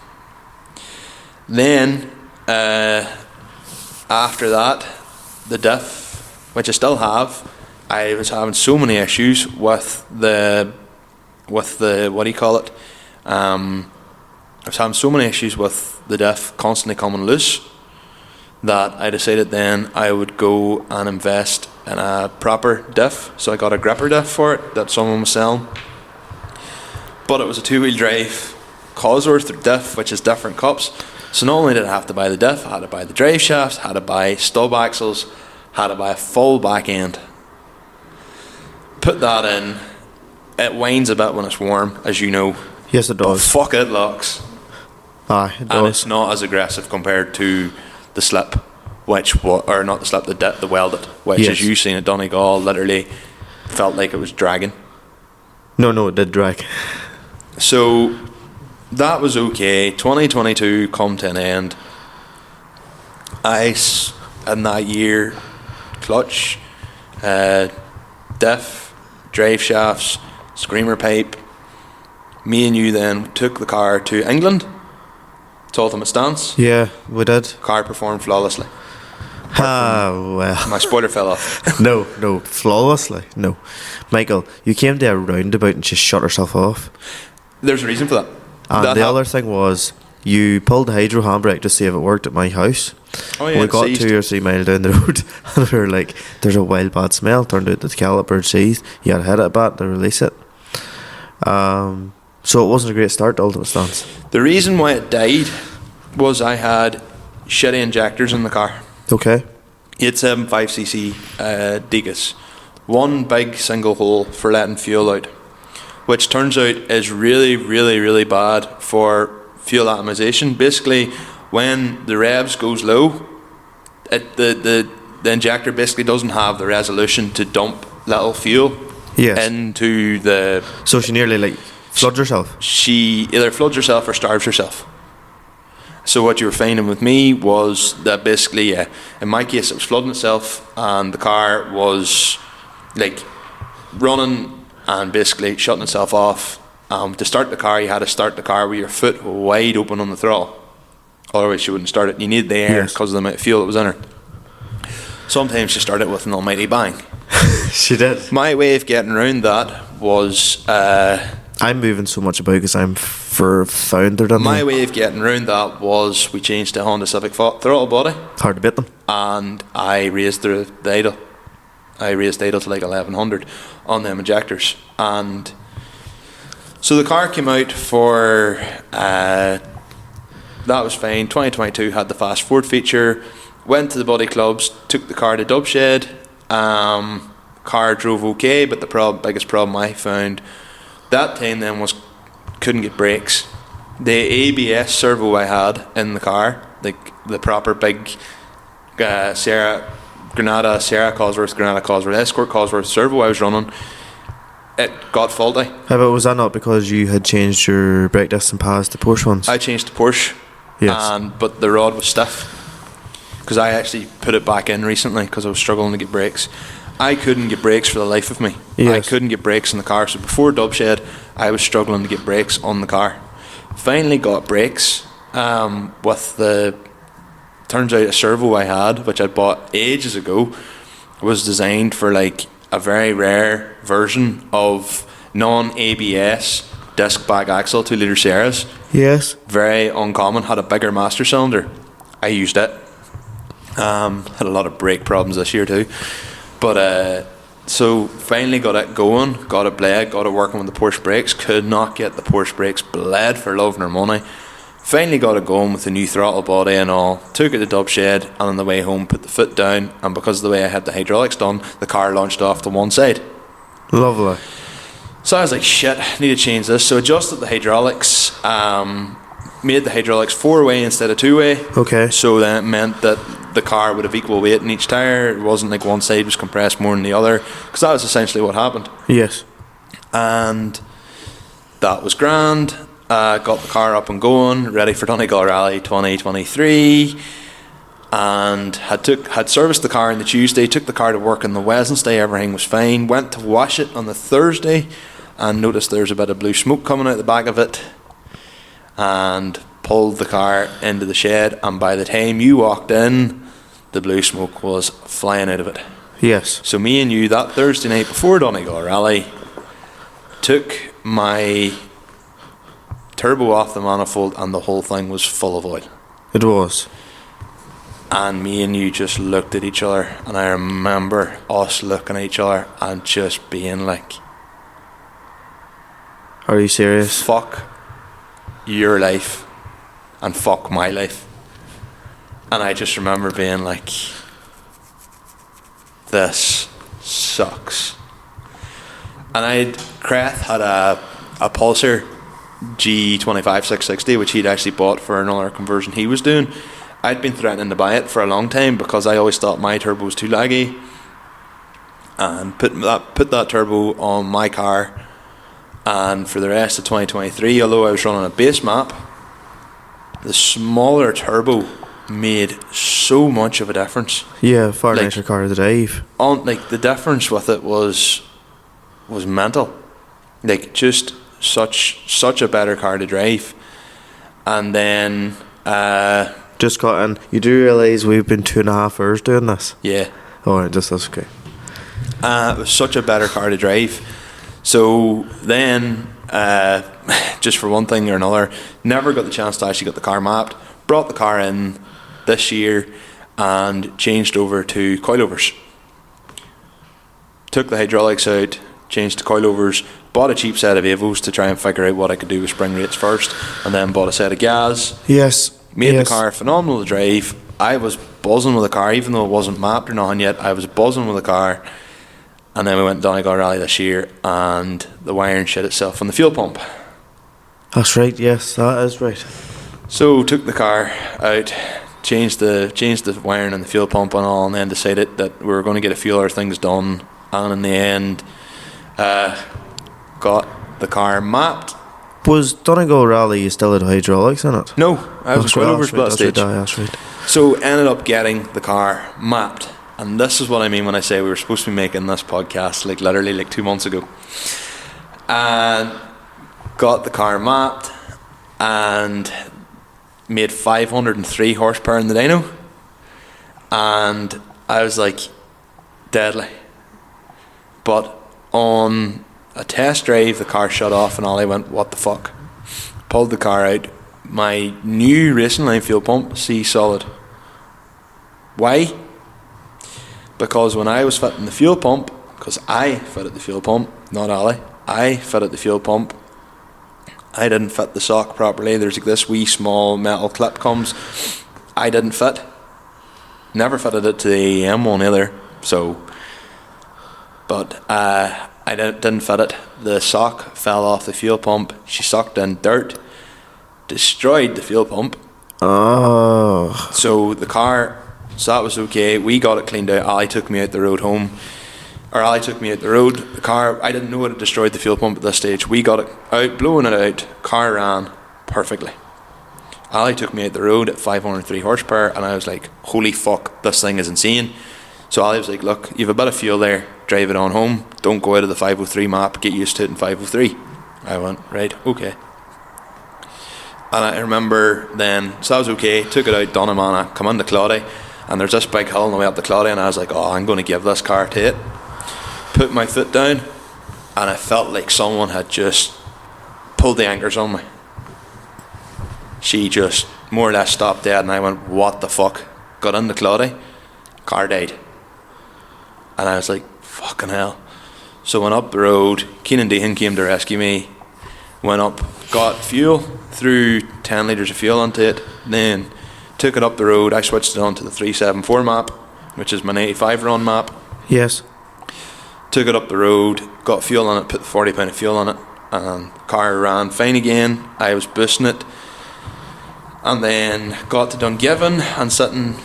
I was like, well, actually came off the road from Feeney onto the new Glen Shane, put the foot down, and the car just again felt like someone had just pulled the anchors on me, and I was like, what the fuck? Went in Dungiven, drove down to O'Kane's filling station, which is at the bottom of Dungiven, so drove through Dungiven town and down to the bottom, and it was shut. But I was like, at least if I park it there, I can come back with a recovery lorry or the trailer or whatever and get it back stage. And I can say, after handing over a substantial amount of money to have your car mapped and your car lying there about 20 minutes after you've lifted it and it not running, I can say it's one of the lowest points you'll feel. I would say so, yes. I felt like shit. I was sitting there being like, this was supposed to be like such a celebration. Ali was going on about how good the car was. Lloyd was going on about how good the car was. Like, everyone was like, this thing's a fucking monster. This thing's class. Like, this car's just amazing, incredible. And I was like, okay. So Ali goes, take her home, just don't give her boost. I went, okay, because anytime I go over, like, I give her any throttle at all, she leans out. Yes. And he went, go home, try a fuel pump on her, see what happens. So I took her home, changed the fuel pump the next morning, and was like, this thing's driving better. So I was like, I'll take her to where we get the fuel in Newbridge. I was like, we'll go and get some 99 on her. And I took her to Newbridge, and she was driving fine until I got to Newbridge stores, and she started misfiring. And I was like, what the fuck is up with this car? Yes. So pulled in the Newbridge stores anyway, went to get fuel, walked to the shop, heard this almighty bang. Wheel blew it. While you were at the shop? While I was at the shop. So it was lucky it didn't happen before you... On the road.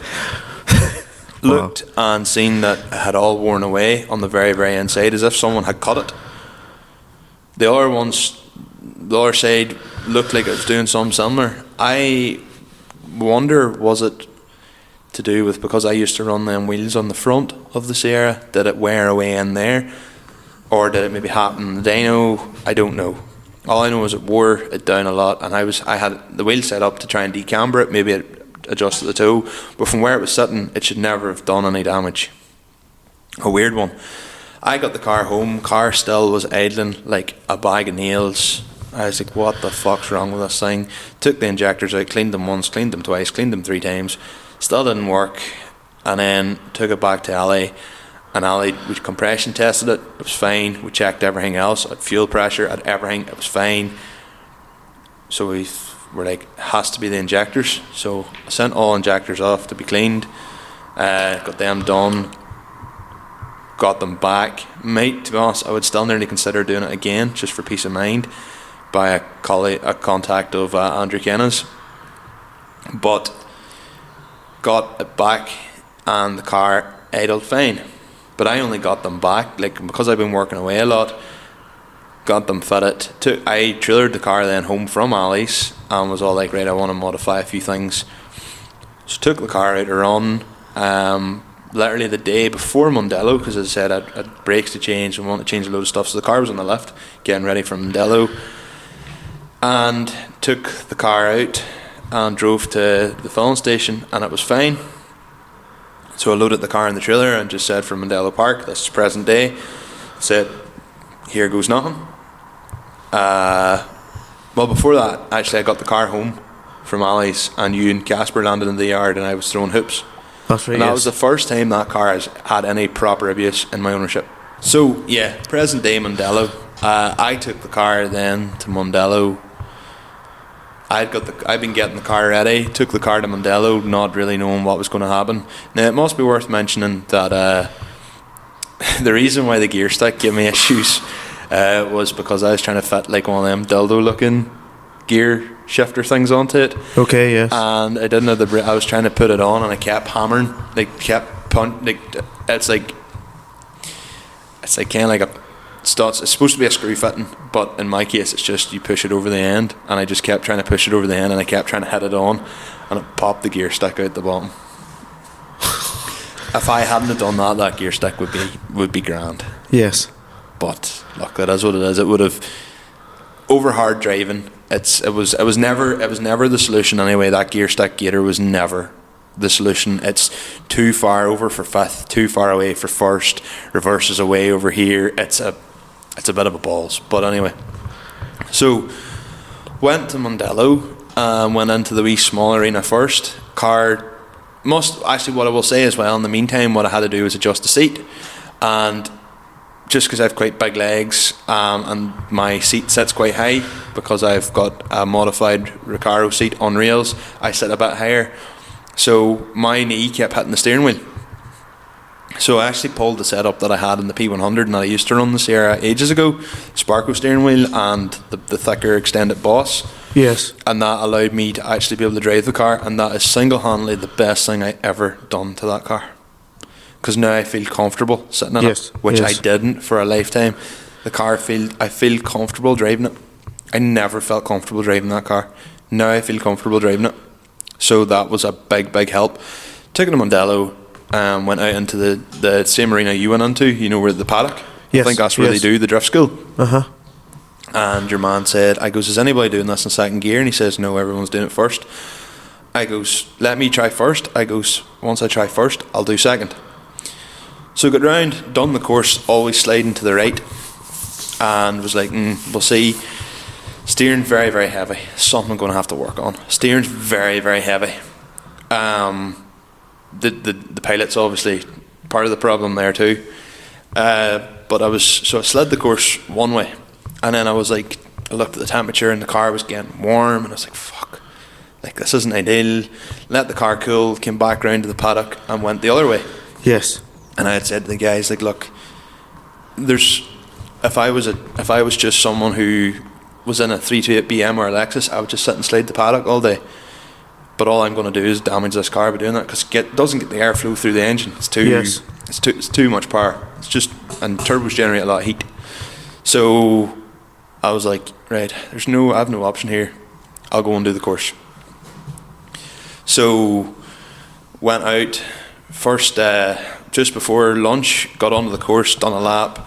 I have to say, Ali was like, do not come out of third gear, but I was like, no, I'm doing second. But I have to say, I come into the first corner of the big long thing of Mondello, second gear, slid it. I know it was only second, should have been third, but second. But the thing is, as I say, I was hitting limiter the whole time. The car's too fast to be driven in second gear. But I was bouncing, so sliding the whole thing, second gear, round that corner, and I was like, class. And I had the idea, I was like, I'm not going to do any left, I'm not going to drift any left hand bends first. I'm only going to do right hand bends till I get used to it. So went, spun once, but to be fair, I did drift all the right hand bends. I wouldn't say I drifted them well, but I drifted them. Just obviously coming out of each corner, it was like, shit, you know, but I only spun once. So and when I looked, I'd actually had oil. Oh, right. Truthfully, because I looked and I was like, there's an oil patch there. So I was like, okay. So done that, and was like, that's amazing. That was class. Like, worth all the time. Worth it. And this is why, despite, as we'll find out now, I'm still not really pissed off about the day. But it got worse before it got better. So I came in, I was like, I can't wait to go out again after lunch. Can't wait, buzzing. Started the car, lined up, come out, and the car came into the first corner and was like, I'm going to hit this third gear. Came in, car slid, mid-slid, the car just cut. And I was like, what the fuck? And I pulled in, and the car literally was going like a bag of nails. Wouldn't hold an idle at all. And I was like, what the fuck? Got it round, and I was like, fuck this fucking car, fuck this thing, fucking injectors again, fucking I can't get a brake, blah blah blah, fuck this, fuck that, everything. Yes. Pulling it on the trailer then, I was in such bad form. Andrew Kenna goes to me, he goes, your thing's running wild, Rich. He goes, I'd bet you it's a vacuum. I bet you it's a vacuum leak. I goes, I've checked all around the engine. He goes, do you check your ECU? And before I'd went out for lunch, I had zip tied the ECU up into position because it was hanging. Yes. And I just looked at him and I went, and he was like, go check your ECU. He goes, because that's really, really rich. And I was like, fucking hell, okay. So I went and looked, and slowly, surely, the lambda sensor for the line that runs from my vacuum line, ECU, loose. And I was like, fucking hell, right? So pulled it off the trailer. In the meantime, Jack went to reverse the car off the trailer, and Jack, in a BM, whatever he's been driving, or maybe his Skyline, you push the gear stick down. Like Volkswagens and all, you push the gear stick down, yes. And that was all she wrote for the wee bushing. Oh dear. The wee bush and the gear stick. She went down, and that was her. And Jack was like, your gear stick's fucked. And I was like, aye, I know, because I'd known from earlier the day, if it fell, you had to pull it up. But now the bushing just doesn't exist. The bushing was moved, now it just doesn't exist. So I was like, do you know what, fuck it. I'm going to go out and track anyway, and said to Nikki, I was like, look, look at my gear stick. She's like, does it work? I goes, yeah, I just have to hold it up every time I change gear. So went out, first gear, second gear, went into the corner, and I was like, fuck it, third gear, I'm giving it to her.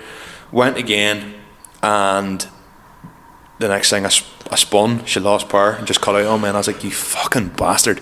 And all I could hear was the hiss this time of the vacuum line popping off. I don't know, maybe I have this is the same thing that happened to Dylan Wilson at Tyrone. Oh, really? Yeah. So I'm wondering, do I maybe have an overboost issue? I don't know. I would What's an overboost issue? Wastegate not opening and firing more pressure through than what she's meant to be doing. So boosting harder than what she's supposed to be.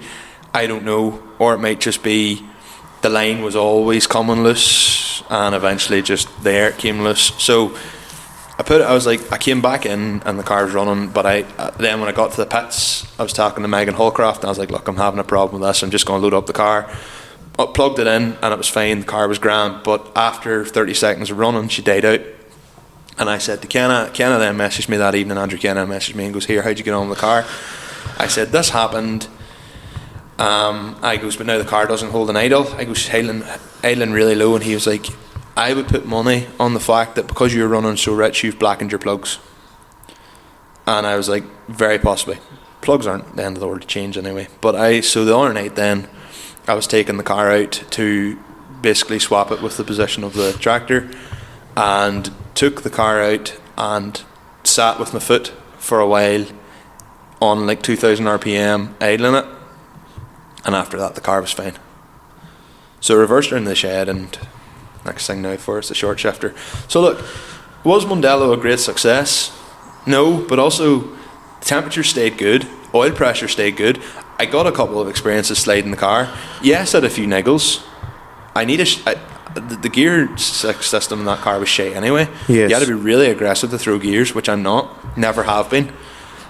So it's just not my style. So look, short shifter, IRP setup, get her running right. I'm happy with the springs. The car just needs a good clean before it comes in here. Yes. Yeah. So all in all, a bit of a bittersweet ending, I guess. But like, look, is it worth the 7 years of hardship? I don't know. But have I now got something that I've now taken to the track and can say I've taken it to the track and enjoyed it on the track? Yes. Does taking it to the track and knowing what it's like in second and third gear, knowing I can do a bit of a slide in second and third gear, does it make me feel a bit more comfortable to take it on the road? Also yes. Whilst I'll not be managing up things anytime soon, and there's still work needing to be done to the steering, I am happier. And I am now, I think, to be fair, at peace with the car. Yes. Which I wasn't for years. Yes. So that's why I'm doing the pod now, is because I do feel like actually, in the grand scheme of things, I'm actually quite happy with it. Yeah. Yes, of course. Even though it still needs a bit of things done to it, the car has done what I asked it to do. If I had went and blown an engine, or the injectors had given me problems or whatever, it would have been a different story. Yes. But all in all, yeah, not a bad way. I'm at peace with it, which is a big thing to come out of my mouth. Yes. Move on then till a couple of Biggles gives one wee pills. Have you got any? No? No. Okay, I have a few. To be honest, no. I have a few. We'll rattle through these fairly quickly because I need to get on the road. So I want to give a shout out to a couple of people I met at Mondello. Oh, okay, yes. First one being Neil Corrigan. He drove a Mazda, he was in the grips, and he came up and was chatting away. He'd actually asked us a couple of questions when he was out in Australia. The name actually sounds familiar. He was so he was home. So he was chatting the Mazda, and he had said, like, chatting away to me, and then I said, look, I'm sorry, I don't know your name. And he was like, well, you couldn't because we've never met. And I was like, so I'll put you down as a listener. And then when I was at the drift there, I was chatting to another fella, and I was like, you look wild familiar. I never caught on till who it was till a bit later, but I was chatting away to him. Real nice fella. Fucking Jasper. Moonlight Driver's Jasper. So I was chatting to him. Because I've only ever seen him in his car. Oh, he's right. really tall. I know, if I met him in the filling station one time, that your car went fucked in Donegal. He's an absolute gentleman. Oh yeah, surely. He's an absolute gentleman. Such a nice lad. And to be honest, truthfully, there I kept bashing ideas off, and I was like, what do you think about this? Like, should I be doing this? And he was like, no, just do it. You've got it. Like, he was like, because I remember sitting and I goes, is there any big names here? And he turned to me and goes, and I did, at this time I still hadn't fully caught who he was. And he goes, no, he's like, probably yourselves. And I was like, no, we're not a big name here. Like, don't be worrying about that. But yes, I was chatting away to him, and I nearly felt like I was annoying him by kind of like hanging around him at the. Were you like, compliment me? Kinda, yeah. To be honest, yeah, I was a bit. Truthfully, I was like, Tell me how good I am. No, I was more like, what else do you think I should try? And like, what else do you think? And what do you think of this person versus that and all? And like, then it was after I was like, that was fucking Jasper. Yeah, like Jasper didn't even mention my bald spot. Bastard. But like, honestly, like it was like, so I was like buzzing to chat to him as well. So that was real nice. It was good then. For funny, I seen. Did you not share something that they took a video? Yeah, I did. So I shared. I was like, that oh, as well. Jasper's at it. Yeah. Yeah, so I was standing chatting to him for ages. I know that I had a brief conversation with him. I didn't realise he was as tall. I can't mind how tall he was, but all I can say is it was in the filling station, and basically it was, you know, it was like, well, Conor, because I clocked him and I was like, you know me, and I feel like I know you, but I'm not sure why I know you, but I'm just going to say anyway. And he was like, well, Conor, how's it going? And I was like, well, and he was like, oh, it's Jasper. And I was like, I know. For then it was, you know, as soon as he said that, then I was like, yes, I think anyway. And then I'd said that you had car trouble, and I'm near sure he offered, and then I was like, no, I think you were getting yourself sorted or whatever. Yeah. But aye, no, just a small word like. And then I was like, sorry, I'm not meaning to be rude, but I'm having to get back here. So yeah. Yeah, no, so fair play to him. Philip Morrow sent me a video of bulldozers at the maze. That seems to be, last year when we talked about that in the pod, we were like, bulldozer at the maze. This year you see it and now you just go, right, that's clearly a thing. Yeah. I'm not surprised. They're doing maze outside work there, and the road was absolutely clattered. I'm very, very surprised that they didn't have a bulldozer or something like that on to help them out. Darren Finnerty sent me something, and it was like this stress bracelet, this bracelet that like detects stress and it lights up the more stressed you get. Yes. And it was like your bracelet whenever you see, now he's done it for like southern cops, I could do one equivalent for northern cops, but it's basically like, it's like normal bracelet, and it's like sort of like just a normal colour, and it's like when you see the D-Reg Tuscan making a U-turn after you just drove by him, and the bracelet's like glowing. So for us that would be the colour. It's like when you see like that dark coloured GZ Reg insignia doing a U-turn after you've like drove off, and it's like I just done so much laughing. It's like the stress levels would be through the roof whenever you see a police car take a U-turn behind you. It's normally pretty fucking stressful, like. Yes, it is. Stevie McMullen tagged me in a thing earlier on today of, there was like one of these vans up for sale, like it was what do you call, Only Fools and Horses van up for sale, and it said like there's a roof rack and has a blow up doll. Stevie McMullen tagged me. It says Michael Scullin's interested in the thing in the passenger seat. Fuck you, Stevie. And then I got a mention on Reload podcast. Right enough, I was meant to message you about it. Well, were you listening to it as well? I didn't get a chance to know. Well, how did the mention go? Oh no, they were talking about like the Mark II Golf with the electric engine conversion. Yes, okay. And they were talking about like engine conversions in general, and then they said like how people just, purists, give off so much hate when things aren't done, and then they just went, sure, look at Michael Scullin's car, and like the amount of hate that man gets, and then they're like, yeah, Ford people are another breed, and I was like, yep, yes they are.